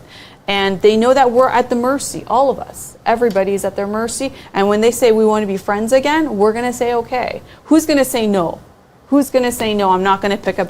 I'm not going to call President Trump, or I'm not going to pick up his calls. And when President Trump wants to play nice, who's going to say no? I'm mad at you. Okay, who's going to say that? Okay, here's my point. Then here's my point. When you say that yes, if you want to play nice, when Donald Trump is going to say, okay, I want to be friends again with you, I don't think so. Germany would ever. I'll start with Germany. I don't think so. Germany's already said that US is not a trustworthy partner. We need to build our own economy. We need to strengthen our own economy. We need to build our own defense system. Germany. Same with England as well. So they say no. Same with Canada as well. Mark Carney clearly said this. It's over. The relationship is over. We cannot rely on US. And now the Canadians also know more than ever. A 90-year-old alliance has been completely shattered. Russia would say thanks, but no thanks. Well, there was a time we would, exporting $90 billion, but we've very clearly circumvented. Maybe $2 to $3 billion is our export to you. We don't need US at all. That's what Russia is for you today. You've already had enough sanctions on that side. So now Russia is circumventing that. China and India China and India for most of their part, they have put reciprocal tariffs. Of course China could be hurt, of course India would be hurt, but then at the end of the day they are much bigger economies. They have their own domestic consumption as well. And then I don't think so. We're putting tariffs on we've already spared pharma. So India said, okay, fine, you can't do without our medicine. It'll be a more of a headache tomorrow to pay more. The billions of dollars that pharma export is done from India, US has said, fine, we can't do anything about it. Right? Only a matter of time. Yeah? Only a matter of time until they have their own pharma. Good question. Pharma, even if they start producing there, it's going to cost them a lot more than to produce pharma in India. It's a very established sector. When Canada thought we're going to create our own vaccines, India had enough vaccine to take care of its own citizens and distribute all over the world. And when former Prime Minister Trudeau, when he announced funding that we're going to build our own pharma, our own vaccine, here we are in 2025, and the next 5 years, I doubt we would be even generating vaccine for 1 million people here in Canada. It's Yes. not that easy. It takes years and years on. And there are people who would want to invest in the forefronts of technology. And why investors are pulling out money from US? They say, no, you're heading towards, America of, 1915 or 1920, 1940 America. This is 2025 US. The investors are clearly saying this. Every single economist is saying this. No, these policies are wrong. You look at look at the Economist front page. Look at the front page of Wall Street Journal. Look at the MSNBC. All the economists are saying we don't see any reason out of it. And they're not even able to give us any timeline how long this pain will end. And the Americans who were looking for lower inflation, they're saying, oh, forget inflation. Inflation is not going to go lower anytime soon. Rather, we could see a period of recession coming along. Recession because of all these tariffs and everything. So we have created chaos for no reason. Well, the benefit, let me continue on the benefits. Okay. The benefits, and I'm not disregarding any of the hardship people feel and people who are losing their jobs, but the benefit, again, has also been it woke up the rest of the world. It put Canada, we've been sleeping for so long. We've just had our ideologies of how human rights, great, okay. Yeah. How should other countries behave under human rights? Okay, great. Yeah. We're talking about all sorts of stuff. Everything from if you identify as this, should you use the opposite bathroom? Should a teacher wear prosthetic breasts to class? And we're talking about all sorts of stuff. Should we have bike lanes and should we have everything? Guess what? Economy matters. Guess what? You need businesses. Mm-hmm. Guess what? If there's no business and there's no jobs, guess what matters? Right now with the Stellantis plant, you were a union, yeah? Union closed for 2 weeks. What do you need? You need hard cash. You need businesses. You need to be pro-business. You need to have people who are going to take the risk, put their own money to open up a business. If it does well, hire more people. We've been so capitalism is bad. It's been the greatest thing for the economy that's worked. Socialism works? All those other things work? Capitalism has been, okay, it has its downsides, but the reason you buy a house, the reason you're able to wear shoes, buy food, buy these things, because you have income coming. That's when we can talk about tax-free savings account. That's when we can talk about how to invest. So everybody woke up. It's no longer, Jagmeet Singh of the, bad corporations, bad business, this is the bit. You need business. You need people who are going to create jobs. You need a place for people to go to have jobs. You need to be able to sell into a marketplace to earn a living. How are you earning a living? It's not government job. Even government job, it comes from people's taxes because they went to work and they pay taxes, so you as a government worker can have an income, right? Because somebody went to work. If they didn't go to work, you'd have to pay them, right? So the whole reality of us talking about what's right, what's wrong, and just forgetting the basics, right? The basics of strong, secure borders. Everybody should go to military. Now, I'm not saying go to deployment for war, but everybody should get trained. Why not? Why shouldn't we have a fit country? Why not? We have a lot of young people. Why not? When we talk about, we should incentivize people for starting a business. There was capitalism is bad. It's this, it's that, it's exploiting. All of this talk for so long, no one's saying it anymore. Everyone's saying, no, we want our jobs. We want to go to work, right? And work from home, work culture. Work from home, exactly. If you and all of this stuff, the whole culture of boys playing in girls' sports and saying no, and then all of this stuff where if somebody said, if you ask a question, no, you're racist, and you can't, I can't ask a question because otherwise if I ask it, I'm racist, or I'm bigoted, or I'm sexist, all the accusations. What happened to all that? What's the media cycle like now? No one's talking about those things. Why? Because people need jobs. People need to get paid. They need to earn a living. We've gone back to the lowest common denominator, which is I need to live and I need to just pay for things to be able to survive and live.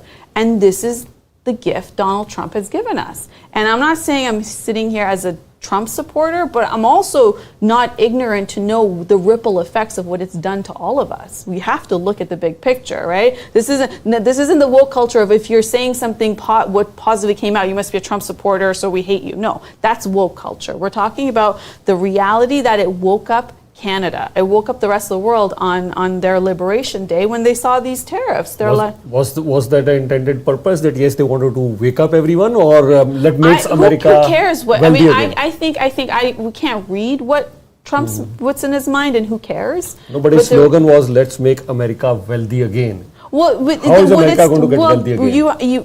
Apple said $500 million, AI $500 million investment. Companies are closing up shop, from like Steve Madden in China and Apple in China and everybody else. They're coming back home because they don't want to deal with the tariffs. So guess what? Some of the greatest minds are there, and if they're not, what they do is they send them on H-1B visas and they bring them in to be able to work in those sectors. So we're again going to create a manufacturing economy. We had an economy based on service industry. We had an economy based on technology in US. So do we want to create an economy based on manufacturing once again? It's all of it. All of it matters because you need technology, because we can't rely. Can you live without your phone? Can you live without technology? We can't, right? Yeah. Even the fact that we're streaming right now, that's technology. So AI, we have to live with that. We need manufacturing, yeah, because you need this table, you need this chair, you need the car that you're driving or the bicycle that you're riding. That is manufacturing, right? And then what? But if we are sending these things offshore and we're getting cheaper products, and we can focus on service industry, we can focus on smart technology. Americans will think very fast on how to be able to meet those demands. And like you said, like when it comes to pharma and creating a vaccine, everybody's saying we're going to be less dependent. It's not going to happen by tonight. It's not going to even happen by the end of 2025. Becoming less dependent is not going to, we're going to create industries and we're going to boost our, it's going to happen by next quarter. No, just like how you can't even start pharma and have, vaccines in a country that doesn't have the infrastructure. Europe isn't going to be able to do. It's so good to talk, because you need to sit as a leader, you need to say things that will make your people feel like you have their backs. That's the point. I've been in auto industry, I've even worked in auto industry. Now to put up a plant, you need to first of all look at the place where I'm going to put up a plant, vendors, skilled labor, so many other things. So put up a plant, it'll take a minimum of 4 to 6 or even 8 years, billions of dollars, right? And here it was working well from Mexico, from Canada, we sourced all those things. It was working well. You'll be surprised how fast things will develop when you need to. There's no way you can put up an auto plant in a couple of years. And I don't think it's going to, these tariffs will come to the side, because it's really going to impact the American cars, consumer. like consumer, and all but American brand like Chrysler and Jeep and Ford and all of that. It's going to, of course, affect the American brands, and it's going to hit home. But this is a nice wake-up call. This is a nice wake-up call for everybody to be like, oh, I have a contract and I have a union job and we're going to be fine. Okay, well, what is this thing that we're hearing about? What is the Canadian car? What is the Canadian car?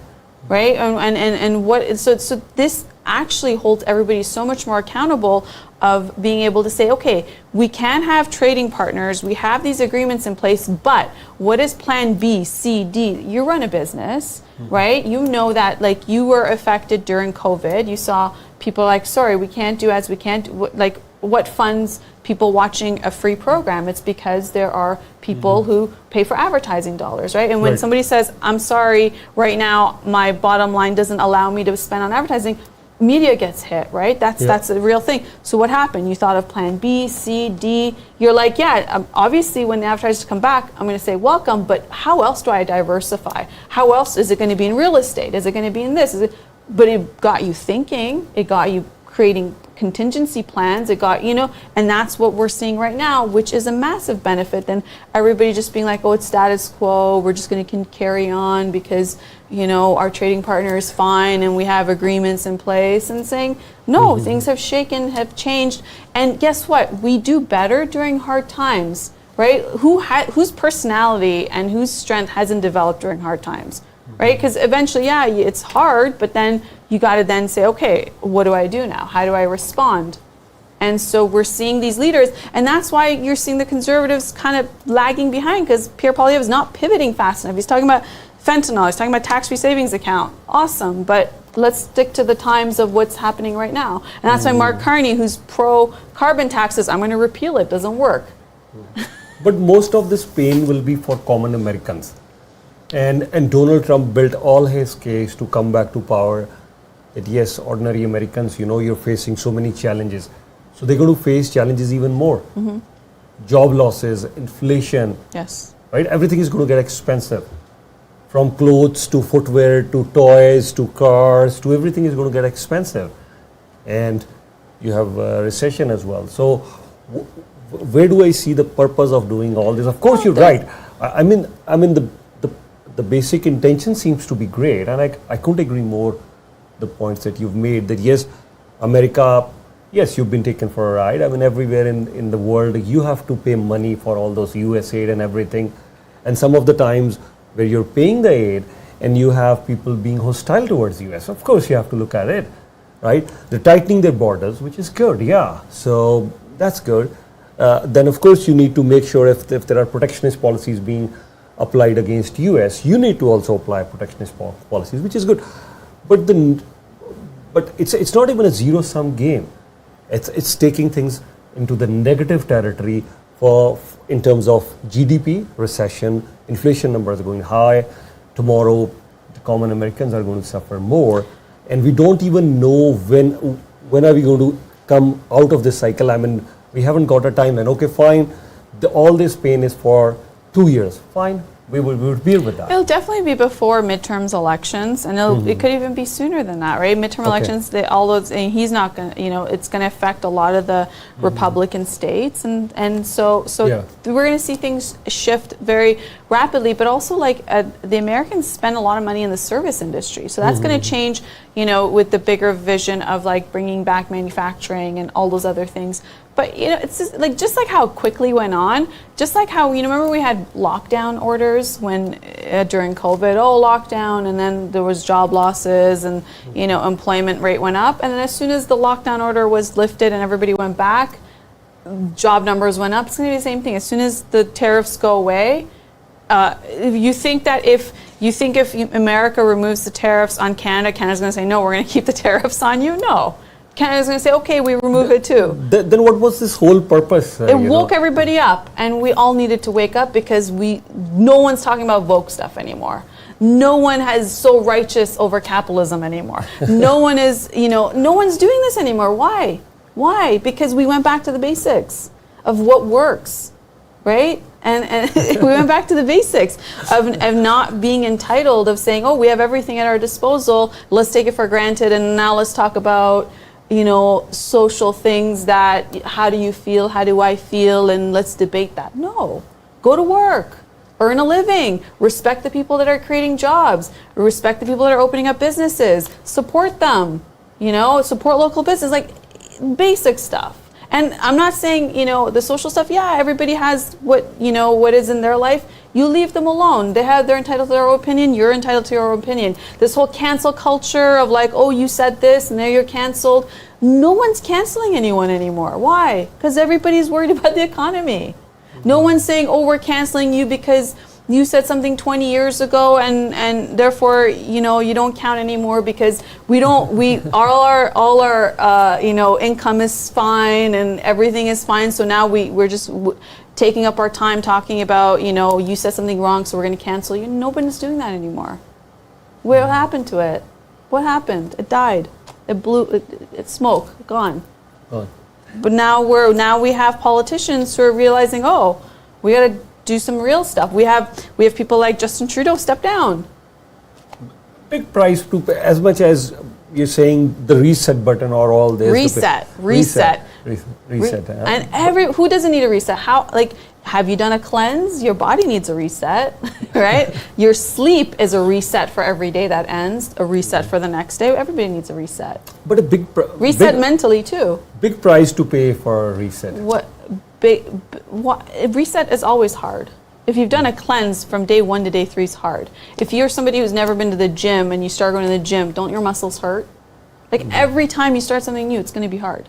Like the first time you learn how to drive a car, you felt uncomfortable. Wasn't there an easier way to do all this just in case we really wanted to achieve what we're talking right now? I mean, there's always nicer ways to do things, such as like, you know, over time and incrementally. But then if you've ever done like, you know, a fast weight drop, you know, you go through something very, like you'll do a massive shift cleanse, you'll like cut out, you know, your carbs and oil and this sugars, and then your body goes into a massive reaction, but then you drop immediately a few pounds, and then you set yourself up to feel less inflammation, less pain, more energy, so now you can work out. Like it's always that, and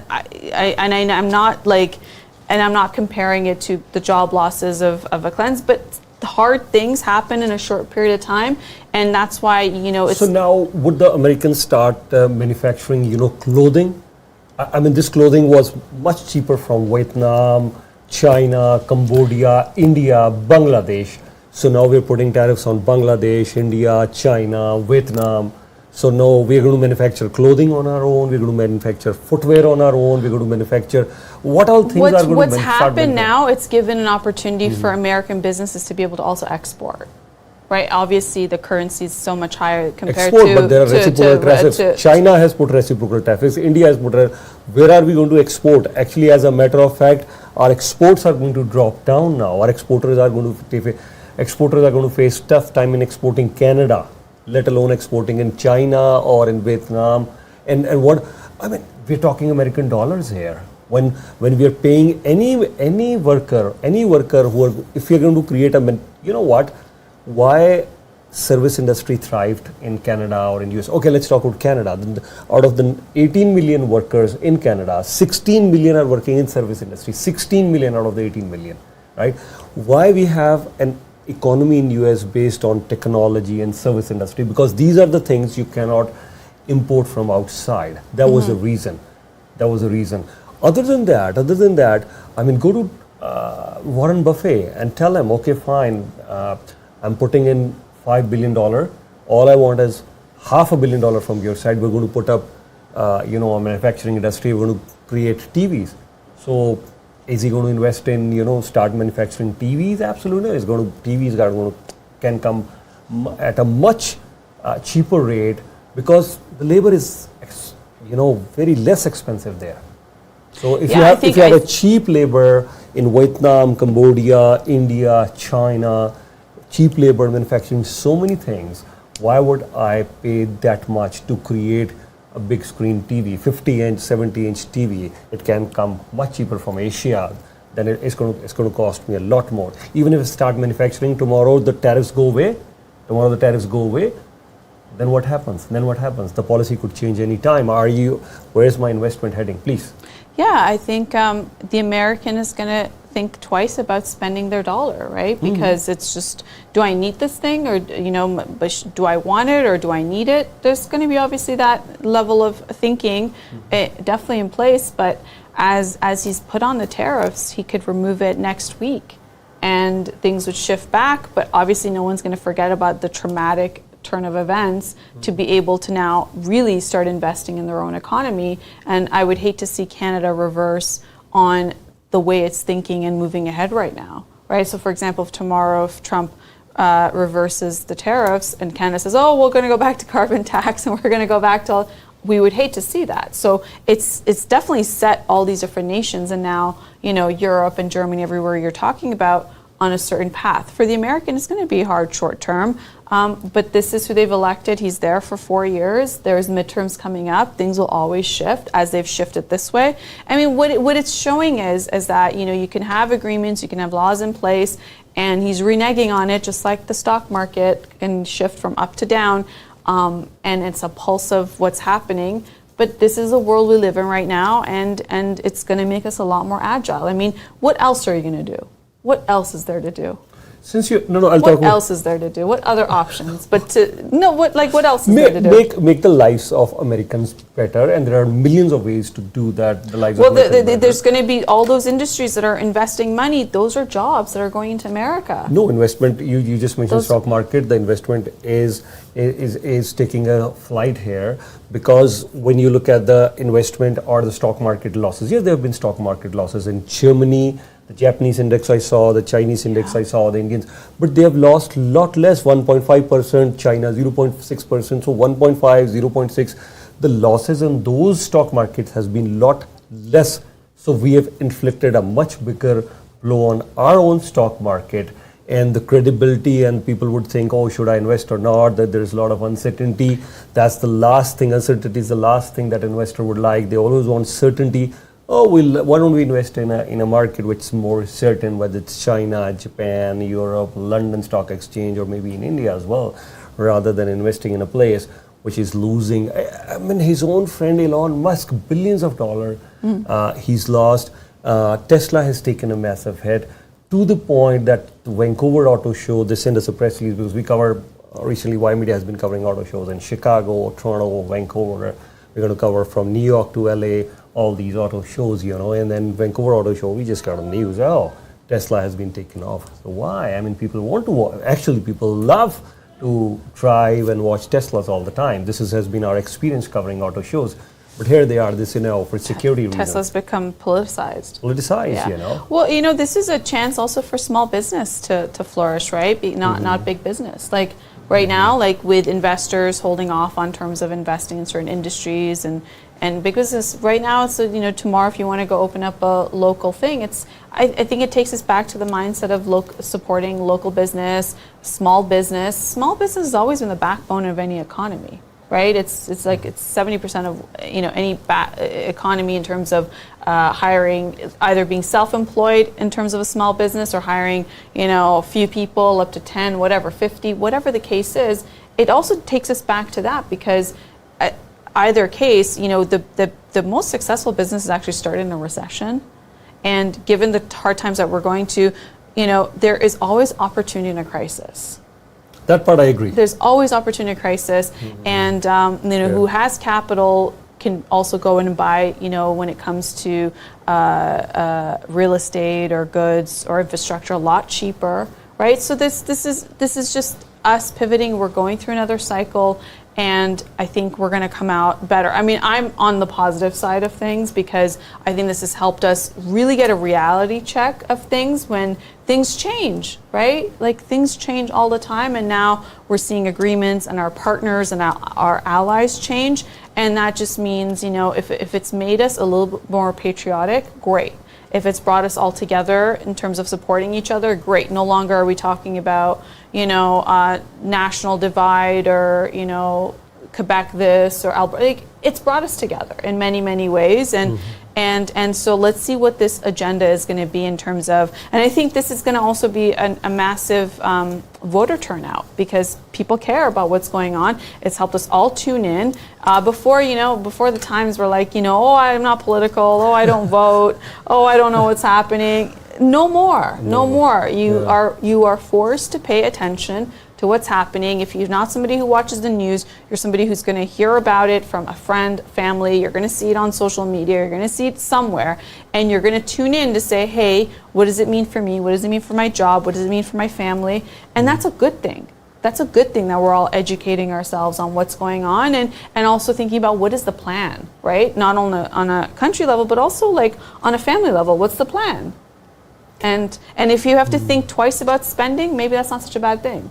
Yeah, and as you just mentioned, I was as a journalist, that's my job. I was just trying to have a discussion on that, and I'm still questioning the motive behind all this and what's going to. Well, the motive is the war is going to end very fast. Very fast? Okay. Well, yeah. Who is Zelensky gonna call for some money? Who's gonna say, yeah, we have a few $100 million, take it, because our people don't need it? Who's going to say that during these uncertain times? Who's going to say that? Our people don't need it. Right? Because right now countries are looking at bailouts for industries that are going to be affected, right? Yeah. For jobs that are going to be lost, for all of that. Who's going to say, here's a few $100 million? Who's going to say that? Yeah. No one's going to say that right now. So what does that mean? That ends the war. That also means the parts that are annexed by Russia are going to probably stay annexed. And it also means that Zelensky is going to say, I'm going to need to rebuild my country. So here's the agreement that I'm going to sign to be able to for the U.S. to extract, natural resources from our country. So we rebuild. That's what's happening. And what NATO is going to say something? No, NATO's right now worried about their economy. They're worried about elections that are around the corner. All those leaders need to run an election cycle, and their people are worried about their industries. I'm always been very positive, and I also think, as you were mentioning, that this is what great leadership is all about. When you're facing an adversary, when you're facing a challenge, come out with bright ideas, and the shake-up. I was talking from the American perspective, but from the Canadian perspective, much needed shake-up. The shake-up is so good. Much needed shake-up. Much needed. Yeah. Oh. Yeah. Where do you hear Freeland anymore? I know she's running for a re-election, but where do you hear Justin Trudeau, give us a lecture on how we should say humankind instead of mankind because it's incorrect to say mankind? Like the level of conversations we were having. No more. And most importantly, what now we're talking about Canada first, earlier what was happening over here in Canada, all the fights were brought here, so much violent protest happening in Canada. Oh, Russia-Ukraine war, all the discussion, all those violent protests. Middle East, there is an issue, violent protest happening in Canada. Kashmir, Pakistan, India, Iran, anywhere there is an issue, violent protests are happening over here. And now I want to ask this thing, that where were we sleeping all this time? Now suddenly US says, oh, we are not your ally, we want to annex you. Now former Prime Minister Trudeau is saying, oh, they want to make sure our economy collapses and they want to take over. Trudeau, fine. Mark Carney also comes, oh, there is no what he wants. They want to make sure, they want to break us, and Mark Carney says they want to take over. Okay. 2 consecutive Prime Ministers are now saying, US, our ally, wants to break our back, wants to collapse our economy and take over. 2 Prime Ministers are saying this on record, and Mark Carney is saying, oh, it's all over. So now we're realizing, oh, and suddenly we were discussing, a minute ago we were discussing, oh, we're going to fix Russia, Ukraine. Oh, we're going to fix Middle East. Oh, we want to fix India. Because our ideologies, because we know better and we believe in this and believe in that, and everybody else should, have that way of life. Now we're like, no. No. My question. Where are your ideas now? You wanted to fix the entire world. Russia, Ukraine. No, you got to go to work now and make sure you still have a job at the end of the day. I identify myself as a worker now or as a Canadian now, or earlier I was a working Canadian is what you want to be. A working Canadian with purchase power. With purchase power. Earlier we were all, trying to fix all the global problems, but we had issues here in Canada.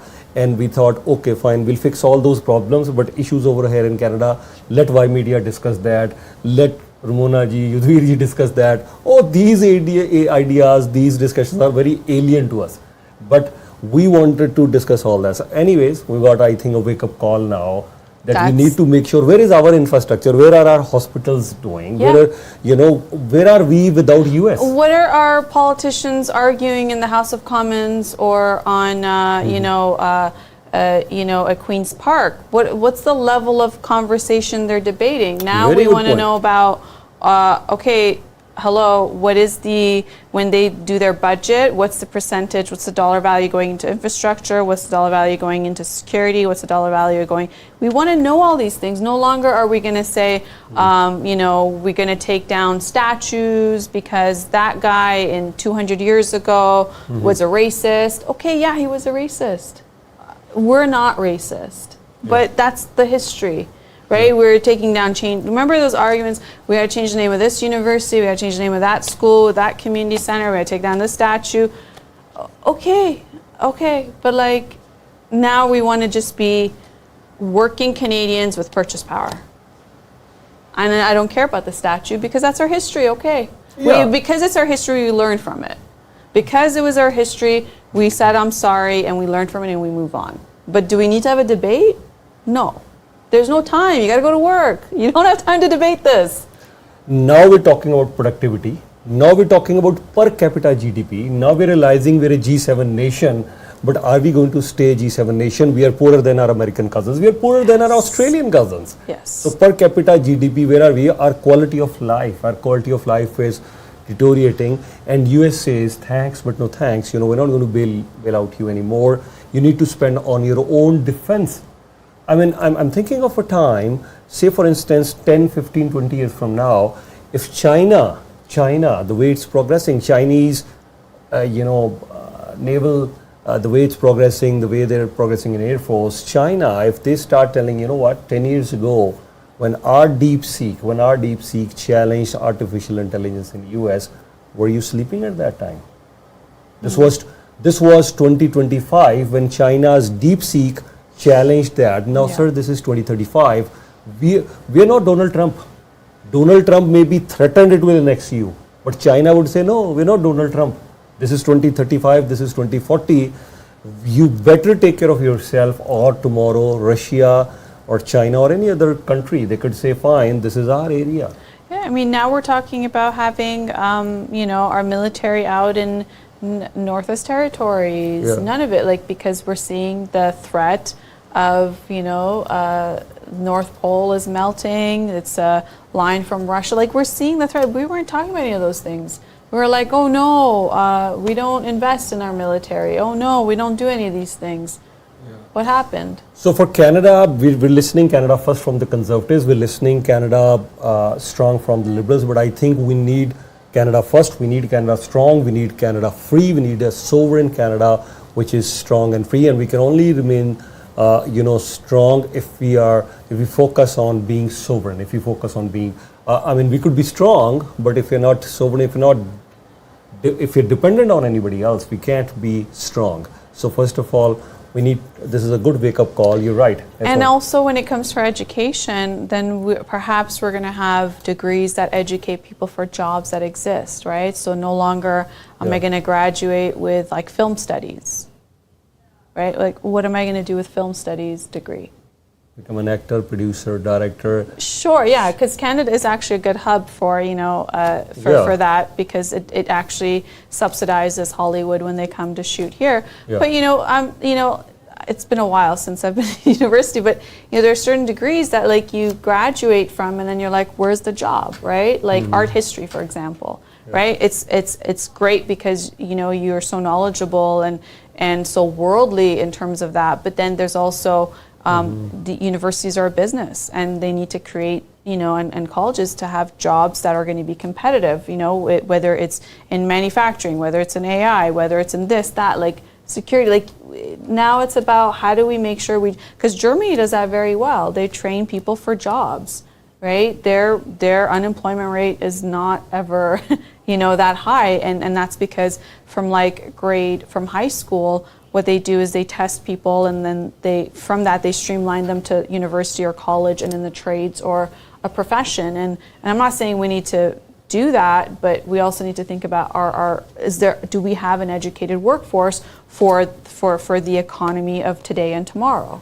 Yeah, but one of the challenges that Germany also is facing, because they're invested a lot, which has worked well for them, from BMW to Mercedes to many German cars that they manufacture, which is great, but they focused a lot on the manufacturing sector. But of course, they also need to focus on the new forefronts of economy, which is technology as well. So Germany needs to do that also. But anyways, you're right. Germany still has a decent standard of living. Finland, Sweden, all these Scandinavian countries, and Germany pays almost 50% in taxes. Their social welfare is very strong, and they still have a decent level of standard of living. Absolutely. Yeah.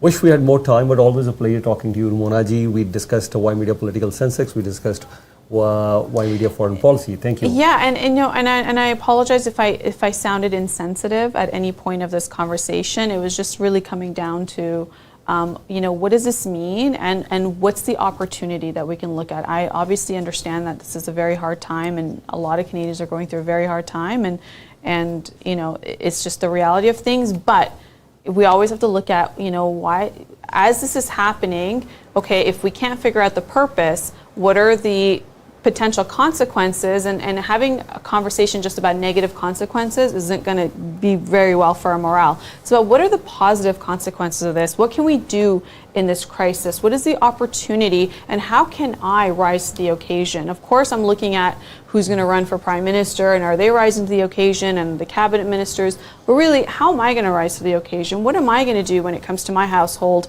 How am I going to budget? How am I going to have side jobs? Am I going to now, educate myself in something that I've been thinking about doing, but now I take the time and do it, so then I prepare myself better for the economy that's now. What am I going to do with my children when it comes to their education and, in turn? So all of this is at play, and I think we're rebuilding. When they say wartime and you rebuild a country after wartime when it comes to housing and economy and everything else, we're in a wartime, and this is where the rebuilding starts. Yeah. Thank you so much. Yeah, you're right. I mean, we didn't mean to be insensitive, or we do realize there are job losses here, there are more really challenges. But obviously, we need to look at the future as well. What do we plan for 6 months from now, 1 year, 2 years, 10 years, 20 years, 50 years from now? That's the vision we need to have for now. Thank you so much.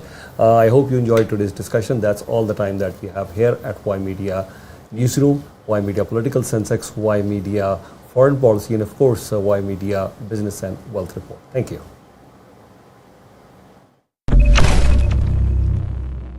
Hi, this is Priyanka Chopra and you're watching Channel Y. The biggest South Asian media group.